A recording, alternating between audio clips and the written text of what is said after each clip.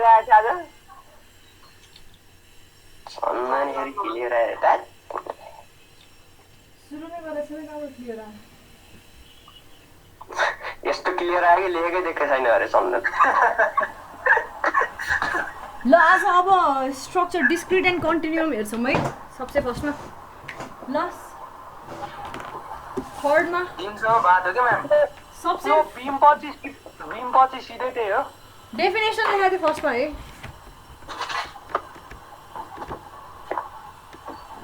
सबसे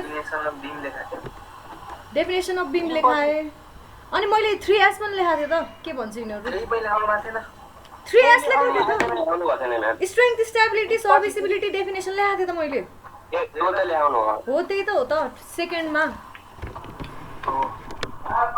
अब्जेक्टिभ क्या सबसे फर्स्टमा अब्जेक्टिभ लेखाएँ त्यसपछि डेफिनेसन लेखाएँ है सबसे फर्स्टमा के गराएँ अब्जेक्टिभ त्यसपछि डेफिनेसन अफ बिम लेखाएँ अहिले फ्रेमको डेफिनेसन पछाडि नै लेखौँला है अनि थर्डमा के हुन्छ भन्दाखेरि डिस्क्रिट एन्ड कन्टिन्युअस स्ट्रक्चर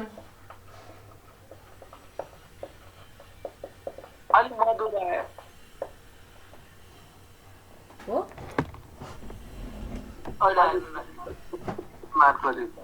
अर्को छ डिस्क्रिट कहाँ पुग्यो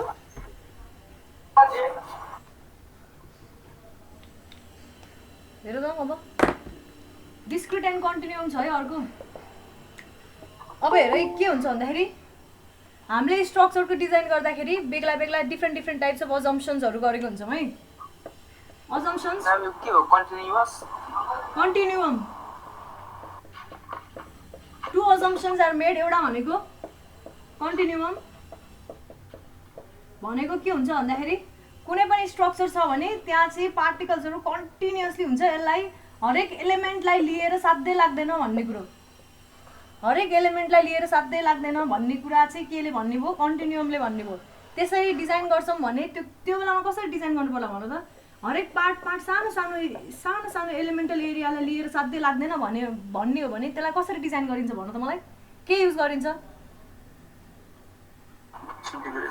इन्टिग्रेसन युज गरिन्छ नि इन्टिग्रेसन कस्तो बेलामा युज गरिन्छ भन्दाखेरि समेसन डिएक्स अथवा समेसन अब एआई एक्सआई गरिन्थ्यो नि हामीले पहिला याद छ यो भनेको हरेक एलिमेन्टको लिइरहेको थियौँ है अब एलिमेन्टको लिन मिल्दैन भने हामीले डिए गरेको थियौँ नि एक्सडिए हरेक एलिमेन्टको लिएर साध्यै लाग्दैन अब यसलाई इन्टिग्रेट गरिदिउँ भन्ने तरिकाले त्यो डिजाइन गरियो भने त्यो चाहिँ त्यस्तो खाले के भन्ने हो कन्टिन्युम युज गरेको भन्ने हो एउटा अजम्पसन यसमा के हुने भयो अरे इन दिस आइडियलाइजेसन बुकमा छ है यो लेख्नु नभए इन दिस आइडियलाइजेसन यस्तो खाले आइडियलाइज गर्दाखेरि के हुने रहेछ भन्दाखेरि the elements are assumed to be distributed continuously तिमीहरु बुझ मात्र है म यसलाई अन्डरलाइन गरेर मेरो बुकको फोटो खिचेर हालिदिन्छु है नोट भनेर जुन मैले हाइलाइट गरेको हुन्छु नि मार्करले अर्को हाइलाइटरले हाइलाइट गरेको पार्टहरु चाहिँ कन्ट पार्नुपर्ने रहेछ भनेर बुझ है जस यो फर्स्ट सेकेन्ड यो थर्डमा चाहिँ हामीले डिस्क्रिट एन्ड कन्टिन्युम पढ्दै छौं भनेर बुझ हैन दुईटा अजम्पसन हुन्छ एउटा कन्टिन्युम यसमा के युज गरिन्छ इन्टिग्रेसन युज गरिन्छ सबैजना सुन है अनि अर्कोमा के हुन्छ डिस्क्रिटमा चाहिँ के गरिन्छ भन्दाखेरि सर्टेन नम्बर अफ एलिमेन्ट्सहरु एकदम फाइनाइट वटा नम्बर अफ एलिमेन्ट्सहरुलाई चाहिँ हरेक एलिमेन्टलाई चाहिँ डिजाइन गर्न मिल्छ भनेर अज्युम गरिन्छ है फाइनाइट नम्बर अफ एलिमेन्ट्स हुन्छ बडीमा इन्फाइनाइट हुँदैन अनि त्यही भएर हामीले इन्टिग्रेसन लाइराख्दैनौं त्यहाँ के गरिन्छ अरु नै कुनै एडभान्स न्युमेरिकल मेथड्सहरु युज गरिन्छ है यस्तो केसमा चाहिँ एडभान्स न्युमेरिकल मेथड युज गरिन्छ finite element method finite difference मेथडहरु युज गरिन्छ यो अलिकति सिभिलहरुले चाहिँ पछि गएर पढ्छ यस्तो डिस्क्रिटमा के गरिन्छ अरे हरेक एलिमेन्टहरुलाई के गरिन्छ मतलब यो पुरै बडी हो भने त्यसलाई सर्टेन नम्बर अफ डिस्क्रिट मतलब फाइनाइट नम्बर अफ एलिमेन्ट्समा डिभाइड गर्न सकिन्छ भन्छ यसले चाहिँ कुनै पनि स्ट्रक्चर छ भने त्यसलाई इन्फाइनाइट नम्बर अफ एलिमेन्ट्समा डिभाइड गर्न सकिन्छ भन्ने चाहिँ त्यही भएर यहाँ इन्टिग्रेसन युज गर्यो यहाँनिर एडभान्स न्युमेरिकल मेथड्सहरु युज गरिन्छ है यो भयो अब हामी अर्को कुन के हेर्छौं भन्दाखेरि टाइप्स अफ सपोर्ट हेर्छौं है पहिला टाइप्स अफ सपोर्ट हेर्नु भन्दा अगाडि के हुन्छ भन्ने कुरा बुझौं है कुनै पनि स्ट्रक्चरमा जस्तै कि यो बडी छ अहिले यो बडी छ, यो सानो अब्जेक्टलाई के इमेजिन गर भने यो स्पेसमा फ्रीली छ अरे एकदमै। यसलाई कहीँबाट केही रेजिस्ट गर्ने फोर्स छैन। सपोज एउटा एकदम पातलो थ्रेडमा झुन्डाएको छ भनेर अज्युम गरौँ न, यसलाई हावाले चाहे यता घुमाउन नि सक्यो, यता घुमाउन नि सक्यो, उतातिर घुमाउन नि सक्यो, यसरी घुमाउन पनि सक्यो, गोलो रोटेट गर्न नि सक्यो क्या। भनेपछि यो बडी कतिवटा डिरेक्सनमा मुभ गर्न सक्ने रहेछ त, यो बडीको टोटल कतिवटा डिरेक्सनमा मुभमेन्ट हुने रहेछ भनेर यसलाई भन्न सकिन्छ कि सकिँदैन? कति डिरेक्सनमा भन्न सकियो यसलाई? स्पेसमा छ भने एउटा एक्स डिरेक्सनमा मुभ गर्न सक्ला, अर्को वाइ डिरेक्सनमा मुभ गर्न, एक्सतिर वाइतिर जेडतिर मुभ गर्न, यो जता पनि पुग्न सक्ला। यो एक्स वाइ जेड बक्सभित्र होइन, उता नि एक्सटेन्ड सबै एक्सटेन्डेड हुन्छ है। यो वाइ यतातिर, यता जेड यतातिर एक्सटेन्ड हुने भयो, यस्तो हुने भयो। यो अब यो जहाँ पनि पर्न सक्यो क्या, यो बक्सभित्र एउटा यो रिजनमा जहाँ पनि पर्न सक्यो, जहाँ पनि मुभ गर्न सक्यो यो अब्जेक्ट है। यसको अहिले डिग्री अफ फ्रिडम कति भयो? ट्रान्सलेसनल डिग्री अफ फ्रिडम कतिवटा हुने भयो?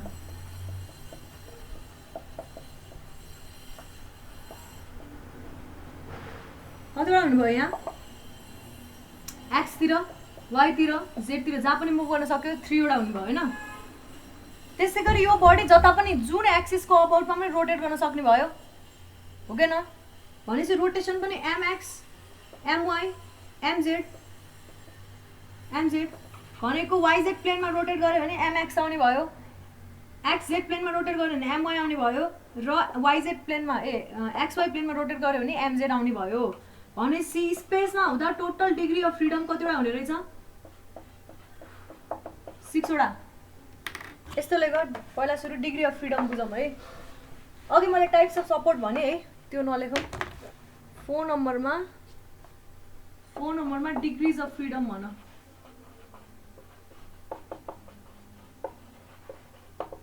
डिग्री अफ फ्रिडम भनेको के हो अरे भन्दाखेरि बडी फ्रीली कता कता मुभ गर्न सक्छ त्यस्तो नम्बरलाई, मतलब कति डिग्रीमा कतिवटा नम्बरमा कतिवटा एक्सिसको अलगमा मुभ गर्न सक्छ अथवा रोटेट गर्न सक्छ, त्यसलाई भनियो फ्रिडम। र त्यो फ्रिडम कतिवटा एक्सिसमा छ भन्ने कुरा चाहिँ डिग्री अफ फ्रिडमले दिने भयो। स्पेसमा हुने भने कतिवटा डिग्री अफ फ्रिडम हुने भयो? Degree of freedom degree of freedom भनेको कतिवटा एक्सिसमा कतिचोटि कसरी मुभ गर्न सक्छ। जस्तै कि कतिवटा एक्सिसको अबाउटमा बडी चाहिँ ट्रान्सलेट अथवा रोटेट गर्न सक्छ। बुझ्यौ भन्नु खोजेको? कुनै एउटा स्पेसमा छ भने अथवा प्लेनको लागि एउटा होला, स्पेसको लागि एउटा। स्पेसमा छ भने बडी, यो बडी पातलो धागोले झुन्डाइया छ भने यो बडीको डिग्री अफ फ्रिडम कति हुने भयो? एउटा एक्सतिर मुभ गर्न सक्ला, अर्को वाइतिर माथितिर आउन सक्ला, अर्को जेडतिर यो अगाडि पछाडि गर्न सक्ला, एउटा साइड वाइज गर्न सक्ला, एउटा माथि तल गर्न सक्ला। अहिले है यो बडी स्पेसमा हुँदा है, अहिले म स्पेसको देखाउँदैछु। यो एक्जाम्पल यो पनि ड्र गरेर गरौँ। एउटा एक्स डिरेक्सनमा मुभ गर्न सक्यो, अर्को वाइ डिरेक्सनमा मुभ गर्न सक्यो, अर्को जेड डिरेक्सनमा मुभ गर्न सक्यो, अर्को यतापट्टि रोटेट गर्न सक्यो, अर्को यतापट्टि नै रोटेट गर्न सक्यो, अथवा अर्को यसरी रोटेट नै गर्न सक्यो। सक्यो कि सकेन? जता नै रोटेट गर्न सक्यो। यो यसरी नै घुम्न सक्यो, यसरी नै। यो बडी यसरी धागोमा झुन्डाइरहेको छ भने योलाई इमेजिन गर अहिले। यो बडीलाई झुन्डाइरहेको छ भने एउटा यसरी मुभ गर्न सक्यो, अर्को यसरी मुभ गर्न सक्यो, अर्को यसरी माथि तल पनि गर्न सक्यो अरे सपोज यसरी ल। अनि अर्को यसरी रोटेट गर्न सक्यो, अर्को यसरी रोटेट गर्न सक्यो होइन, अर्को यसरी रोटेट गर्न सक्यो। जता पनि क्लकवाइज एन्टी क्लकवाइजको लागि डिरेक्सन फरक होला होइन, तर यसरी घुम्दाखेरि यसको यसरी घुमिरहेछ नि त, त्यही भएर यसको यता वाइ एक्सिसतिर भयो एमवाई। त्यसै गरी फेरि अब यसरी घुमिरहेछ भने कुन प्लेनमा पर्यो? यो एक्सजेड प्लेनमा पर्ला, त्यही भएर वाइजेड प्लेनमा पर्यो, त्यही भएर एक्स एक्सिसतिर होला। त्यसै गरी अब यसरी घुमिरहेछ भने एक्सवाई प्लेनमा पर्ला, जेड एक्सिसतिर आउला। त्यही भएर मोमेन्टको डिरेक्सन पनि 3 खाले हुने रहेछ। मोमेन्ट कतिवटा डाइमेन्सनमा देखाउन सक्ने रहेछ? 3 वटा। त्यसै गरी ट्रान्सलेसनल मोसन कता कता देखाउन सक्ने रहेछ? 3 वटा एक्सिसको अबाउटमा। एउटा एक्स एक्सिसको अबाउटमा यसरी जान सक्यो, वाइ एक्सिसको अबाउटमा यसरी जान सक्यो, जेड एक्सिसको अबाउटमा यसरी जान सक्यो। ट्रान्सलेसनल डिग्री अफ फ्रिडम 3टा हुने भयो, रोटेसनल डिग्री अफ फ्रिडम 3टा हुने रहेछ। यहाँ स्पेसमा डिग्री अफ फ्रिडम कतिवटा हुने रहेछ? 3 + 3। यो 3 भनेको ट्रान्सलेसनल भन्यो एक्स, वाइ, जेड जता पनि मुभ गर्न सक्यो। अर्को रोटेसनल फ्रीली सस्पेन्डेड बडीको लागि है, यो for freely suspended body. For freely suspended body स्पेसमा डिग्री अफ फ्रिडम डिओएफ भने मैले यसलाई तीनटा हुने रहेछ। रोटेसन भनेको एमएक्स त्यसले मोमेन्ट एमएक्स देला अथवा एमवाई देला अथवा एमजेड देला, अरू कुनै देला। एङ्गुलर पनि दिन सक्ला, मतलब एक्स एक्सिसमै ट्राभल गर्नुपर्छ भन्ने छैन। यो एक्स वाइ प्लेन हो नि, यहाँतिर मुभ गर्न सकेला नि, यसरी पनि त मुभ गर्न सक्ला। तर यसरी मुभ गरे पनि हाम्रो मेन पोइन्ट भनेको चाहिँ के हो भन्दाखेरि त्यसलाई पनि एक्स र वाइ र जेड एक्सिसमा रिजल्भ गर्न सकिन्छ नि त। त्यही भएर ओभरअल एक्स वाइ जेड हुन्छ क्या। जुनसुकै फोर्सलाई नै फोर्स होस् अथवा जेसुकै होस् सबैलाई तीनटा एक्सिसमा रोटेट गर्न सक्यो भनिसकेपछि फोर्स पनि एफएक्सतिर नै आउने भयो, एफवाईतिर नै आउने भयो, एफजेड पनि आउने रहेछ है। फोर्सेस पनि एक्सतिर नि लाउन पाइयो, वाइतिर नि लाउन पाइयो, जेडतिर नि लाउन पाइयो है। हेर है मैले के भने। त्यसपछि प्लेनमा हो भने डिग्री अफ फ्रिडम कतिवटा हुन्छ सस्पेन्डेड बडीको? मलाई भन त, यो प्लेनमा छ भने बडी कति तरिकाले मुभ गर्न सक्छ? एउटा यसरी मुभ गर्न सक्ला, अर्को माथि तल गर्न सक्ला। अब उतातिर जान्छ यो प्लेनलाई नै छेडेर त जाँदैन। भनेपछि यो ब्ल्याक बोर्डलाई नै प्लेन मान्यो, यतातिर एक्स एक्सिस मान्यो होइन, यतातिर वाइ एक्सिस मान्यो भने यहाँनिर जुनसुकै एउटा कुनै अब्जेक्ट राख्यो भने त्यो कि त यतातिर जान सक्छ कि माथितिर जान सक्छ अथवा कि दुइटैको हुन्छ नि कम्पोनेन्ट बनाएर जान सक्छ। यसरी गयो भने एक्स कम्पोनेन्ट र वाइ कम्पोनेन्ट दुइटै हुने भयो होइन। भनेपछि कुनै पनि प्लेनमा चाहिँ degree of freedom, translational degree of freedom कतिवटा हुनुभयो? दुईटा। र रोटेसनल डिग्री अफ फ्रिडम हेर त, चाहे यो यसरी घुमोस् यो प्लेनमा, यो प्लेनलाई इमेजिन गर, चाहे यो यसरी घुमोस्, यसले दिने भनेको एमजेड हो कि होइन, जेड डिरेक्सनमा। यसको मोमेन्ट भनेको राइट ह्यान्ड रुल हेर, थम्ब रुल। यसरी घुम्यो भने यतातिर आयो डिरेक्सन, यसरी घुम्यो भने मोमेन्ट यतातिर आयो। त्योभन्दा अरू तरिकाले घुम्न सक्दैन प्लेनमा। 2+1 हुने भयो। यो ट्रान्सलेसनल, यो रोटेसनल, यो होला एक्स कमा वाइ। हजुर एकचोटि फेरि बुझाइदिनु त यो ट्रान्सलेसनलको बुझ्यो रोटेसनलको। यसको लागि कि यसको लागि स्पेसमा जता घुमे पनि प्लेनको लागि होइन। यो प्लेनमा तिमी कुनै एउटा अब्जेक्ट राखेर घुमाउनु खोज्छ त यही प्लेनमा राखेर कसरी घुम्न पर्यो? यसरी घुम्यो अरे सपोज, यसरी घुम्यो भने यसको डिरेक्सन कता हुने भयो? जहिले नि मोमेन्टको डिरेक्सन कता मान्ने? यस्तो छ भने राइट ह्यान्ड थम्ब रुल मान्ने के। राइट ह्यान्ड थम्ब रुलले के भन्छ, यसरी घुमायो भने यता डिरेक्सनमा जेडतिर हुने रहेछ, उतातिर होइन,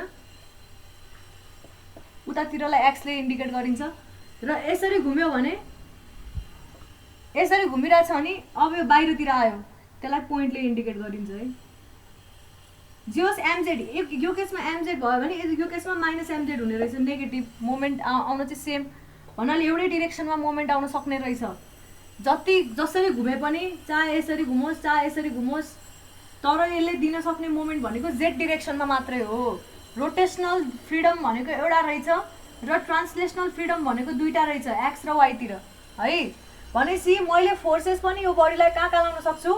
एफएक्स लाउन सक्छु र एफवाई लाउन सक्छु। अथवा मलाई कसैले भन्ला होइन एक्सवाई किन लिने, म वाइजेड लिन्छु, ठिकै छ वाइजेड लिऊ। त्यो केसमा डिग्री अफ फ्रिडम फेरि 2+1 नै हुने भयो एमएक्स। फेरि अब म जेड एक्स लिन्छु भनेर ल, त्यो बेलामा पनि 2+1 नै हुने भयो जेड र एक्स। अनि मोमेन्ट जाने भयो एमवाईतिर। जे होस् प्लेनमा कतिवटा डिग्री अफ फ्रिडम हुने रहेछ? 3 डिग्री अफ फ्रिडम। त्यही भएर इक्वेसन अफ प्लेन कस्तो हुन्छ? इक्वेसन अफ स्ट्याटिक इक्विलिब्रियम प्लेनको लागि कस्तो हुने भयो? यो पनि लेख साइडमा, यसको साइडमा लेख अथवा तलपट्टि लेख है। प्लेनको लागि के हुने भयो? Summation F X is equal to 0, summation F Y is equal to 0, summation M is equal to 0 हो कि होइन? त्यसै गरी इक्वेसन अफ स्ट्याटिक इक्विलिब्रियम स्पेसको लागि कस्तो हुने भयो? Summation F X is equal to 0, summation F Y is equal to 0, summation F Z is equal to 0 होइन? त्यसै गरी summation M X is equal to 0, summation M Y is equal to 0, summation Mz is equal to 0 हुने रहेछ। डिग्री अफ फ्रिडम कहाँ move गर्न सक्यो? कतिवटा डिरेक्सनमा move गर्न सक्छ, रिजल्भ गरेर पनि फाइनल आउटपुट रिजल्भ गरेर आउने। कहिलेकाहीँ अब सिधै जता एक्सेस माने त्यता मात्रै मुभ गर्ला, अथवा कुनै बेलामा एङ्गुलर तरिकाले मुभ गर्यो भने त्यो बेलामा रिजल्भ गर्नुपर्ने हुन्छ। कतिवटा डिरेक्सनमा मुभ गर्न सक्छ, त्यसले के दिनुभयो? डिग्री अफ फ्रिडम दिनुभयो। प्लेनमा छ भने 2 degree of translational freedom 1 degree of rotational freedom स्पेसमा छ भने 3 degree of translational freedom 3 degree of rotational freedom र त्यही अनुसार फोर्सेसहरू पनि summation FX summation FY summation FZ तीनटा स्ट्याटिक इक्विलिब्रियमको इक्वेसन हुने रहेछ तीनटा छवटा यसको केसमा तीनटा हुने रहेछ बुझ्यो यो बुझ्यो कि बुझेन होपफुली बुझ्यो होला अब म के पढाउँदैछु 5th मा लेखौँ न लेख अब के लेखा बुझिरहेको छैन होला है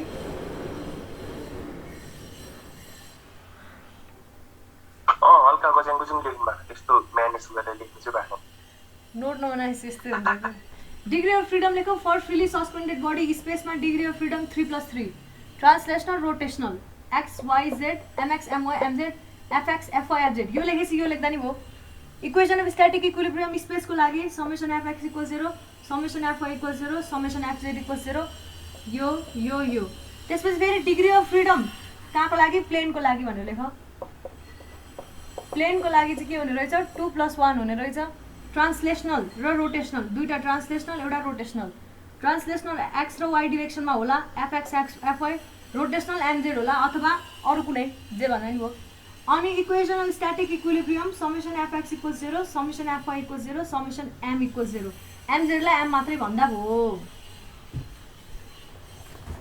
ल है थ्योरी हो डिग्री अफ फ्रिडमको डेफिनेसन बुकमा पनि रहेनछ है म लेखिदिन्छु यो बुकमै लेखेर अनि फोटो खिचेर पठाइदिन्छु एक्जाममा आयो भने जहिले पनि यहाँ अब डेफिनेसन लेख्नु पर्यो अनि त्यसपछि यो लेख्दा हुन्छ म डेफिनेसन चाहिँ बुकमै लेखेर अनि पठाइदिन्छु है सके लेखेर यो चाहिँ नोटमा लेख है अब यो बुकमा राम्रोसँग छैन टाइप्स अफ सपोर्ट भन्ने कुरा यसलाई अब हामी रियाक्सन र डिग्री अफ फ्रिडमसँग कसरी कनेक्ट गर्छौँ हेर्छौँ है लेख्दै गर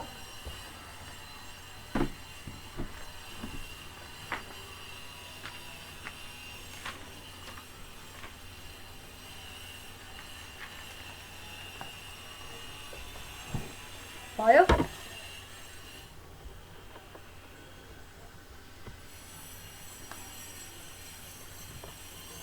टाइप्स अफ सपोर्ट अब हामी सपोर्ट्सको टाइपहरू हेर्छौँ अब मलाई भन डिग्री अफ फ्रिडम भनेको के हो रे सजिलै बडी जता जता बडी कति ठाउँमा कतिवटा डिरेक्सनमा मुभ गर्न सक्छ त्यसलाई डिग्री अफ फ्रिडम भन्ने हो है अब हेर है यहाँ सुन है ध्यान दिएर मैले यसरी यो मार्करलाई यसरी समायो भने यसको डिग्री अफ फ्रिडम के होला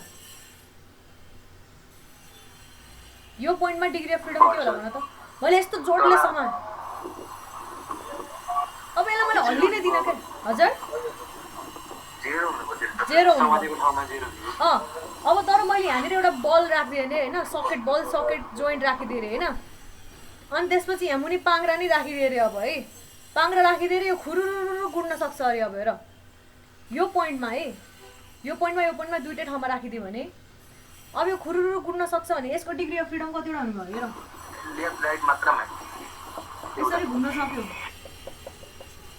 अब यसलाई मैले घुमाउन पनि मिल्छ मिलेन यसरी फोर्स लगायो भने त यो गुड्ने पाङ्राले के रोक्छ र घुम्यो नि यो त मोमेन्ट पनि आयो एउटा म्याम घुम्ने पाङ्रा फिक्स हुन्छ नि म्याम हजुर घुम्ने पाङ्रा फिक्स भयो भने पाङ्रा फिक्स हुन साथ चेन्ज हुन्छ पुरा अहिले तिमी घुम्छ भनेर इमेजिन गर न यो घुम्छ होइन घुम्ने मात्रै अनि यसलाई च्याप्पै यहाँनिर यसरी पोइन्टमा समात्या जस्तो छ अरे क्या भन्नाले यहाँनिर यसरी यदि पोइन्टले पिन्च मात्रै गरेर चाहिँ यसरी मुभ गर्न सक्छ यो रोलरै गुडाउनु परेन होइन मेरो ह्यान्डलाई रोलर इमेजिन गरेँ यो सर्कुलरलाई है यसरी समाएको छ यसरी नै मुभ गर्न सक्यो यो बडीले होइन अनि यसरी गुड्न नि सक्यो अरे भने यता डिरेक्सनमा पनि मोमेन्ट आउने भयो मुभमेन्ट है मोमेन्ट होइन मुभमेन्ट भन्नाले यसले यता डिरेक्सनमा मुभ गर्ने भयो अर्को यस्तो मोमेन्ट पनि आउने भयो वाइतिर एक्सतिर पनि आउने भयो मुभमेन्ट पनि आउने भयो यसले रोक्न सक्ने फोर्स के रहेछ त यसले रोक्न सक्ने फोर्स भनेको तिमीले अब यो बडीलाई यसरी फोर्स लगायो भने अथवा यसरी फोर्स लगायो भने यसले चाहिँ अब चाहिँ रेजिस्ट गर्ने भयो कि भन मोमेन्ट त दिने भयो तर यही फोर्सको बराबर यसरी मुनि तल माथि चाहिँ गर्ने भएन क्या अब बुझ्यौ यसलाई मैले यो पाङ्ग्रा लगाएर भुइँमा राखेँ अब होइन गाडीलाई इमेजिन गर एकचोटि गाडीलाई इमेजिन गर दुईटा पाङ्ग्रा छ तिमीले यसरी फोर्स लगायो भने गाडी हुरुरुरु गुडेर जान्छ अर्को तिमीले यसरी फोर्स लगायो भने गाडी यसरी लच्केला पनि तर लच्किए पनि गाडी मुनि भाँसिन्छ त यहाँ त के छ भुइँ छ नि भुइँ र यो रोलरको कारणले के हुन्छ गाडी मुनि भाँसिँदैन तिमीले यसरी फोर्स लगायो भने गाडी सिधै माथि उडेर पनि जाँदैन त्यति सजिलै है भनिसकेपछि यसले वाइ डिरेक्सनतिर चाहिँ मोमेन्ट रेजिस्ट गर्ने रहेछ नो वाइ डिस्प्लेसमेन्ट तर मोमेन्ट यस मोमेन्ट नि यस एक्स पनि यस एक्स डिस्प्लेसमेन्ट पनि यस छ यसमा भनेपछि यसमा डिग्री अफ फ्रिडम कतिवटा हुने रहेछ भन त मलाई डिग्री अफ फ्रिडम कति हुने भयो यो बसको डिग्री अफ फ्रिडम भने माथिबाट फोर्स लगाउँदाखेरि एक्सतिर नि जान्छ र जाँदैन एक्सतिर फोर्स लगायो भने एक्सतिर गयो भन्न खोजेको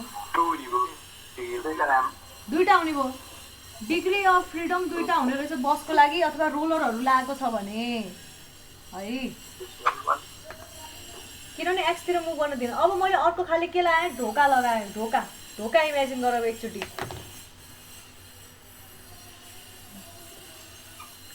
ढोकाको हिन्ज यहाँनिर छ ढोकालाई मैले सुताइदिएँ दुईतिर मुभ गर्न पाएँ नि त दुईतिरको मोसन आयो क्या भन्नाले एउटा मोमेन्ट आयो होइन एउटा एक्सतिर आयो क्या एक्स डिस्प्लेसमेन्ट वाइतिर चाहिँ नजाने भयो बस थिच्दाखेरि मोमेन्ट चाहिँ आयो होइन बसलाई थिच्दाखेरि बस यसरी भाँचिने चाहिँ यस्तो चाहिँ भयो यस्तो चाहिँ भयो होइन तर यसरी मुनि त माथि चाहिँ गरेन क्या मुनि माथि त गर्दैन नि त अलिकति लोड लगाउनु सक्छ बाउन्स हुन्छ त हुँदैन नि होइन अगाडि पछाडि फोर्स लगाउँदा अगाडि पछाडि होला बाउन्स चाहिँ हुँदैन तर मुभमेन्ट चाहिँ जेनेरेट गर्ने भयो त्यही भएर डिग्री अफ फ्रिडम 2 हुने भयो है अब तिमी ढोका इमेजिन गर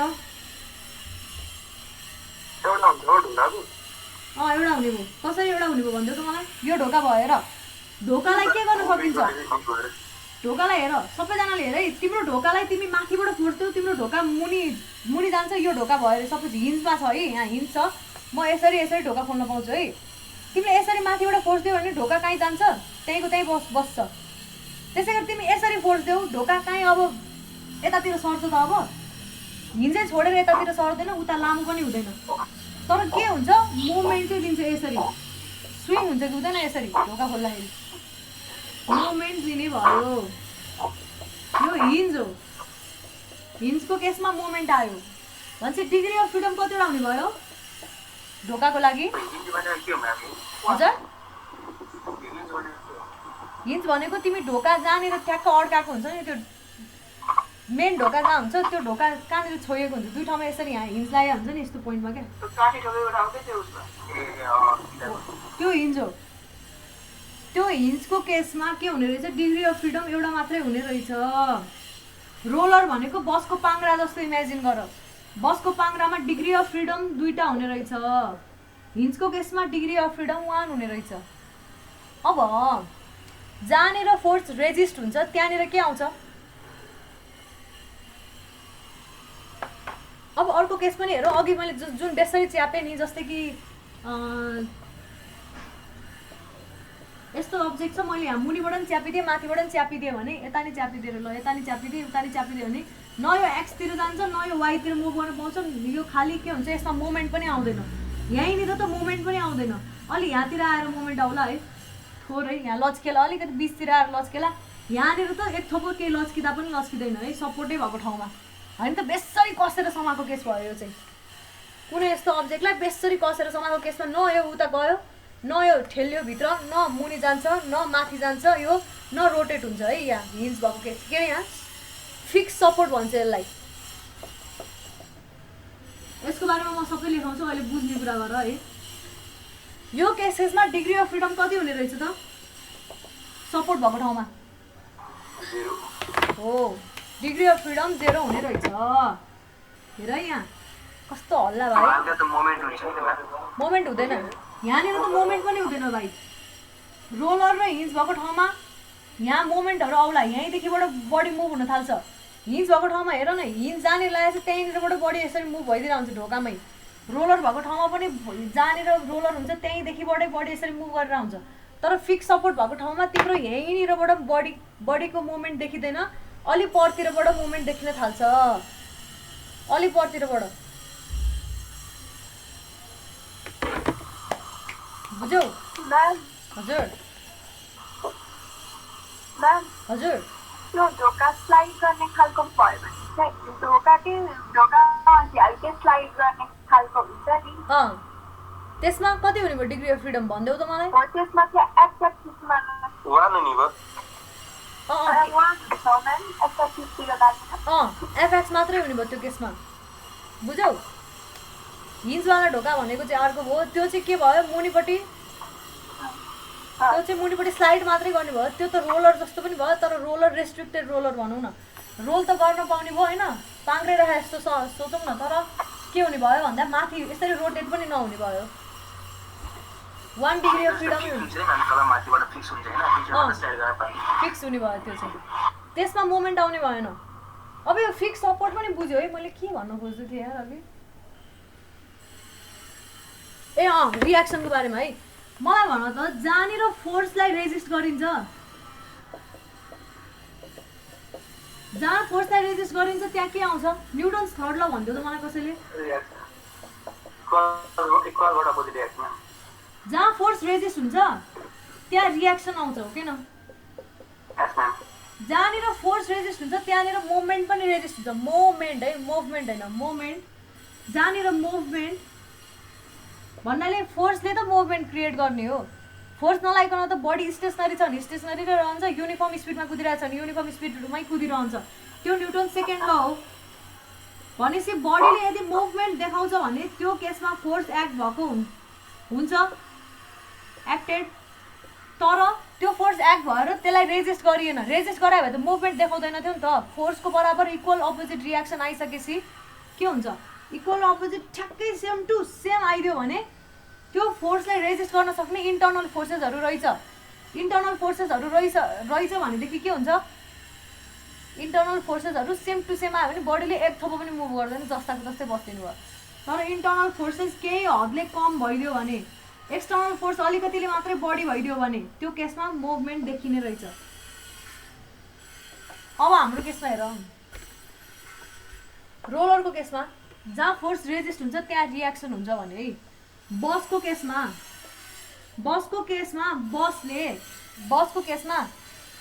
बस नभनौँ न रोलरै भनौँ क्या ल हिन्जको केसमा भनौँ है ढोकाको केसमा हेर ढोकाको केसमा होइन सबैभन्दा राम्रो इक्जाम्पल यो भित्ता भयो यो ढोका भयो डोर यो डोरको केसमा यसलाई तिमीले एक्सतिर फोर्स लगायो भने एफएक्स लगायो भने यसले रेजिस्ट गर्छ कि गर्दैन गर्छ त्यही भएर यसले एक्सतिर रियाक्सन दिने रहेछ आरएक्स वाइतिर फोर्स लगायो भने यसले रेजिस्ट गर्छ कि गर्दैन त्यही भएर यसको रियाक्सन आरवाई पनि आउने रहेछ तर तिमी अब यसरी मोमेन्ट देऊ मोमेन्टलाई रेजिस्ट गर्छ यसले त्यही भएर एम चाहिँ 0 मतलब अब रेजिस्टिङ मोमेन्ट आउँदैन रहेछ M at that point equals 0 के बुझेन ढोका हो कि फिक्स बडी हो कहीं यहाँ हेर न यहाँ हिन्ज राखेको छु तर ढोका भएन म त सुनिरहेको थिएँ आरएक्स र आरवाई बुझेनौ भाइ सुन न तिमी ढोका एकदम इमेजिन गर त अहिले तिम्रो घरमा ढोका कस्तो छ यस्तो छ यहाँनिर हिन्ज होला ल यस्तोमा ट्याक्क ढोका हुन्छ थाहा छ नि यो त है ढोका हेरेर त एकचोटि सबैजनाले गर नि ढोका खोलेर आऊ त एक राउन्ड ढोका खोलेर आऊ ढोका खोल्ने बन्द गर्ने गरे यो ढोका यसरी मुभ गर्छ उतापट्टि मुभ गर्ला भन्नाले 3D मा हेर्नु पर्दा यस्तो होला ढोका भित्र बाहिर अब यो ढोका यसरी मुभ गर्ला यस्तो यस्तो होला के ढोका हैन सुन है तिमी ढोकालाई यसरी घुमाउन सक्ने रहेछौ है यसरी घुमाउन सक्ने रहेछौ भनेपछि यसले के गर्ने भयो भन्दाखेरि एक्सटर्नल के देखिरहेछ यसमा मुभमेन्ट देखिरहेछ एक्सटर्नल मुभमेन्ट नि देखिरहेछ किनभने यो घुमिरहेछ नि एक्सटर्नल मुभमेन्ट देख्यो कि देखेन भन त मुभमेन्ट भनेको के हो रोटेसन त हो यो पोइन्टको अबाउटमा रोटेट भइरहेछ नि यो बडी हेर न बुझ्यो कि बुझेन त्यो मोमेन्ट त बुझ्यो म्याम आरएक्स आफै नि ल ल ल मोमेन्ट बुझ्यौ तर यो ढोकालाई तिमी यसरी माथिबाट फोर्स लगाऊ थिच अथवा मुडीबाट माथितिर ठेल जेसुकै गर के यो ढोका माथितिर सर्छ अब सर्लक्क यसरी सर्छ सर्दैन नि माथितिर जान्छ अब यो ढोका हिन्ज छोडेर माथितिर जान्छ नै म्याम जाँदैन भनेपछि माथितिरको फोर्सलाई रेजिस्ट गरेर रहेछ कि रहेनछ माथि अप्लाई गरेको फोर्स यो एफलाई रेजिस्ट गरेर रहेछ कि रहेनछ भन त मलाई भन टेस्ट न भनेको रोक्नु हो म्याम रेजिस्ट भनेको रोक्नु हो नदिनु हुन नदिनु रेजिस्टेन्स रोक्नु भनेपछि माथितिरको फोर्सलाई रेजिस्ट गरिरहेको रहेछ रोकिरहेको रहेछ हुन नदिएको रहेछ माथितिर म जान्नै दिन्न त जतिसुकै फोर्स लगा म जान्नै दिन्न भन्छ हिन्जले हिन्ज लगाइसकेपछि भनेपछि त्यही भएर त्यहाँ रियाक्सन आउने भयो किनभने के भनेको छ रियाक्सनको अर्थै के हो जहाँनिर के हुन्छ फोर्स लगायो भने त्यो पोइन्टमै रियाक्सन आउँछ फोर्स बराबरको रियाक्सन आउँछ कि आउँदैन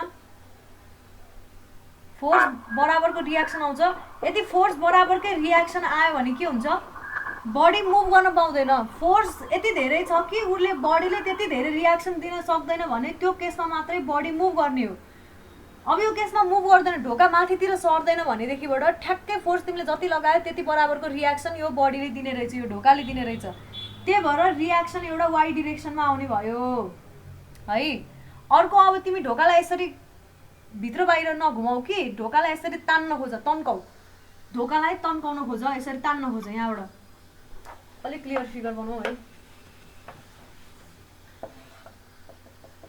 यो भित्ता भयो यहाँनिर हिन्ज छ मेरो यहाँनिर हिन्ज छ यहाँ ढोका छ यसरी यो ढोकालाई अब तिमी यसरी तान्न खोज यसरी पुल गर्न खोज क्या हैन जति पुल गर्न खोजे पनि यतातिर मुभ हुन्छ त यो ढोका अब यसरी सर्छ यहाँ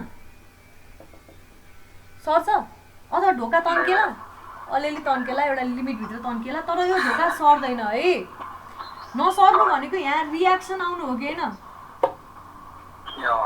भनेपछि यो ढोकाको हिन्जले के गर्ने रहेछ भन्दा आरएक्स डिरेक्सनमा रियाक्सन दिने रहेछ किनभने आरएक्स डिरेक्सनमा मुभमेन्ट देखिएन मुभमेन्ट एक्स डिरेक्सनतिर यस्तो स्लाइड गरेन त्यसै गरी आरवाईतिर पनि रियाक्सन दिने रहेछ आर भनेको रियाक्सन किन भन्दाखेरि ढोका माथितिर गएन बुझ्यौ भनेपछि डिग्री अफ फ्रिडम जतिवटा हुन्छ रियाक्सन कतिवटा हुने रहेछ त ठ्याक्कै 3 माइनस डिग्री अफ फ्रिडम हुने रहेछ कि रहेन छ 2D को लागि यसमा डिग्री अफ फ्रिडम कतिवटा छ भन्देऊ त तिमी क्वेसन सोध्ने भाइ मलाई भन्देऊ त डिग्री अफ फ्रिडम कतिवटा छ यहाँ यो ढोका कति तरिकाले मुभ गर्न सक्छ अगाडि पछाडि त मात्र हो नि त्यही त त्यो एउटा रोटेसन हो नि हैन त्यो रोटेसन जम्मा एउटा डिग्री अफ फ्रिडम रहेछ भन्छ रियाक्सन कतिवटा आउने भयो 3 - 1 = 2 वटा रियाक्सन आउने रहेछ मोमेन्टलाई रेजिस्ट 3 भनेको टोटल स्पेसमा डिग्री अफ के रे प्लेनमा डिग्री अफ फ्रिडम कतिवटा लेखा थिए मैले 3टा लेखा थिए नि त 3टातिर मुभ गर्न सक्ने बडीलाई जम्मा एकतिर मात्रै मुभ गर्न दियो बाँकी दुईतिर चाहिँ रियाक्सनले के गरिदियो ब्यालेन्स गरिदियो भन्न खोजेको क्या बुझ्यौ रियाक्सन भनेको टोटल डिग्री किन माइनस किन भन्दाखेरि किन अरे रियाक्सन किन आयो फ्रिडम नदिन त आयो त रियाक्सन म तँलाई मुभै गर्न दिन्न भनेर छ नि त रियाक्सनले हो किन भन त बडी यतिकै फ्री स्टेटमा हुने हो भने उ जताततै मुभ गर्न सकिन्थ्यो मजाले घुम्थ्यो यताउता जान्थ्यो तर अब रियाक्सन त्यहाँनिर कुनै पनि यस्तो हिन्ज रोलरहरू लगाइदिन साथै कुनै न कुनै एउटा डिरेक्सनमा चाहिँ मुभ गर्न नदिन सक्छ त्यस्तो रोलर हिन्जहरूले होइन अनि जहाँतिर मुभ गर्न दिएन त्यहाँनिर के आयो रियाक्सन आयो जतातिर मुभ गर्न दियो त्यतातिर डिग्री अफ फ्रिडम आयो त्यतातिर फ्रीली मुभ हुन पायो बुझ्यो सबैजनाले यो कुरा त्यसो भए 3 अनि 6 फिक्स भयो है म्याम प्लेन 3 अनि 6 त्यो त फिक्स हो नि टोटल डिग्री अफ फ्रिडम चाहिँ त्यति हो क्या म्याम बुझे केही नहुने थियो त्यो बडीलाई केहीले नसमाउने थियो कहीँ नराख्ने थियो भने त्यो बडी जताततै मुभ गर्न सक्थ्यो भुइँमा पनि राख्नु भएन है त्यसको लागि भुइँमा राख्न साथै अब के हुन्छ भन त मलाई भुइँमा राख्यो भने यो बडीको डिग्री अफ फ्रिडम यसको यो त मुनितिर त जाँदैन नि त। अब भुइँमा राख्यो भने कि त भुइँ धसाउनु पर्यो, मुनितिर गयो भने रेस्ट्रिक्ट भयो नि होइन। भनेपछि भुइँले पनि अहिले के को काम गरिरहेछ, भुइँले पनि अहिले यस्तो कुनै एउटा सपोर्टको काम गरिरहेछ। सपोर्ट भन्नाले के हो, कुनै डिरेक्सनमा मोसनलाई रेस्ट्रिक्ट गर्ने कुरा, नाम सपोर्ट भनेको रेस्ट्रिक्ट गर्ने कुरा हो। यसले कसरी काम गर्छ भने रियाक्सन दिएर काम गर्छ। रियाक्सन भन्न मिल्दैन होइन, तर जो सपोर्टले चाहिँ कुनै न कुनै रियाक्सन दिन्छ अनि त्यो बडीलाई मुभ गर्न दिँदैन क्या, बुझ्यौ। अब हामीलाई हाम्रो इन्टेन्सन के हो, बडीलाई मुभ गराउने हो कि नगराउने हो भन त। किन गराउने मुभ, तिम्रो बिल्डिङ छ स्ट्रक्चरमा गराउनु भएन नि त। तिमी ढोका पनि अब जताततै मुभ गराउनु थाल्यो भने त तिम्रो ढोका कहाँ सेफ भयो त्यो। ओ कसले ब्लड सबैको ब्लड आइरह हो अहिले।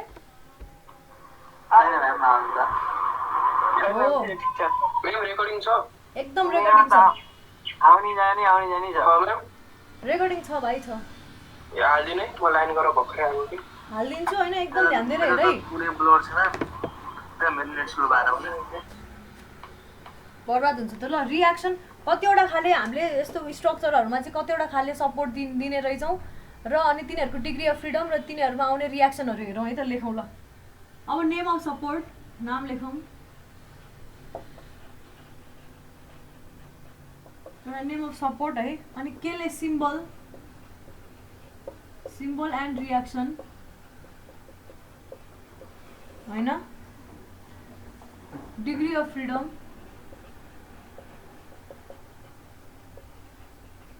अनि त्यसपछि अर्को छ नम्बर अफ अननोन रियाक्सन्स। लेख है यो, अघि मैले लेखाएको कुराहरू लेखाएँ होला है। जहाँतिर डिग्री अफ फ्रिडम आयो त्यतातिर रियाक्सन आउँदैन सपोर्टको केसमा। नेम अफ सपोर्ट सबसे फर्स्टमा के हुन्छ, रोलर सपोर्ट भन्छौँ हामीले। यसले घुर्न दिन्छ मोमेन्ट दिन्छ, तर के नदिने भयो अरे एफवाई माथितिर तल उचालिन चाहिँ दिने रहेनछ। रोलर सपोर्टलाई केले इन्डिकेट गरिन्छ, जस्तै कि यो यस्तो हो भने यस्तो रोलरले इन्डिकेट गरिन्छ, अथवा केले इन्डिकेट गरिन्छ अर्को भन्दा यस्तो खाले ट्रायङ्गल अनि दुईटा पाङ्ग्रा अनि यो यसरी बेसमा गुडेको जस्तो। अर्को यस्तो लिङ्क भन्छ यसलाई, लिङ्क हो, यसले रोलरकै काम गर्छ, लिङ्क भन्छ है। यस्तोले रिप्रेजेन्ट गर्ने रहेछ होइन। यसले कतिवटा डिग्री अफ फ्रिडम दिने भयो, 2 डिग्री अफ फ्रिडम दिने भयो, कतातिर एक्सतिर र मोमेन्ट। रियाक्सन के दिने भयो, 1 दिने भयो। के दिने भयो त्यो भनेको आरवाई, माथितिर चाहिँ रियाक्सन दिने भयो भन्नाले यस्तो आरवाई आउने रहेछ यहाँनिर।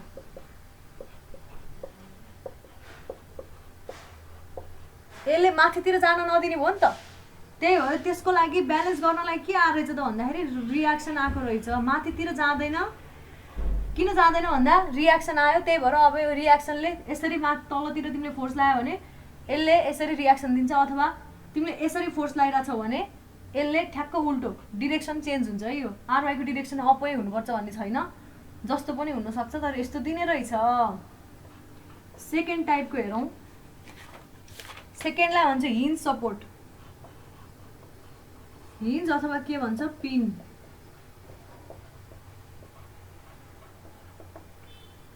यसलाई केले रिप्रेजेन्ट गर्छ, यस्तो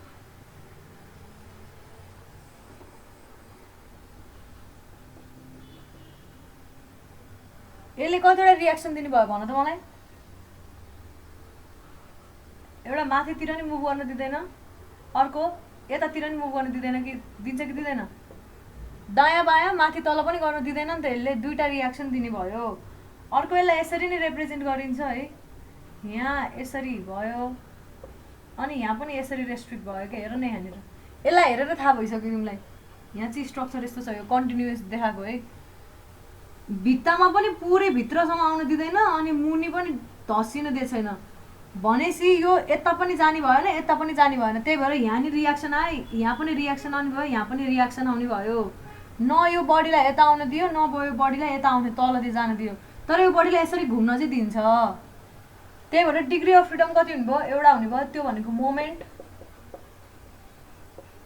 र रियाक्सन भनेको दुईटा हुने भयो के हुने भयो RX, RY याद गर है गाइस फिगर अनुसार डिफरेन्ट यो फिगर हुन्छ हैन कहिलेकाहीँ तिम्रो अब स्ट्रक्चरमै कहिलेकाहीँ एकदम फिक्स सपोर्ट जस्तै कि बिमहरुमै पनि हैन कहिलेकाहीँ कस्तो हुन्छ भन्दाखेरि तिमीले काठको बिमहरु देखेको होला घरतिर हैन काठको बिम तिम्रो यस्तो रिजिड गरेर सबैतिर फिक्स गरेर राखेको हुँदैन काठको बिम टक्क अड्डाको मात्रै हुन्छ त्यो अड्डाको मात्रै भइसकेपछि त्यसलाई के गर्न मिल्यो त्यहाँ हिन्ज जस्तो मान्न मिल्यो नि त त्यो यताउता नगर्ला माथि तल नगर्ला तर त्यसले मोमेन्ट त दिन्छ नि त किनभने त्यसले अड्डाको मात्रै छ नि लौरीलाई यसरी अड्डाएर बेन्चमा अड्डाएर राखे जस्तो भयो के हेर न यसरी च्याप्पै समात्ने तरिकाले राख्यो भने फिक्स भयो यसरी यहाँ यो बेन्च भयो नि यहाँ यसरी अड्डाएर राखेको जस्तो मात्रै भइसकेपछि यसले मोमेन्ट चाहिँ दिन्छ यता र यता मुभ नगर्ला अथवा माथि तल चाहिँ मुभ नगर्ला तर मोमेन्ट चाहिँ दिन्छ है यहाँ यसरी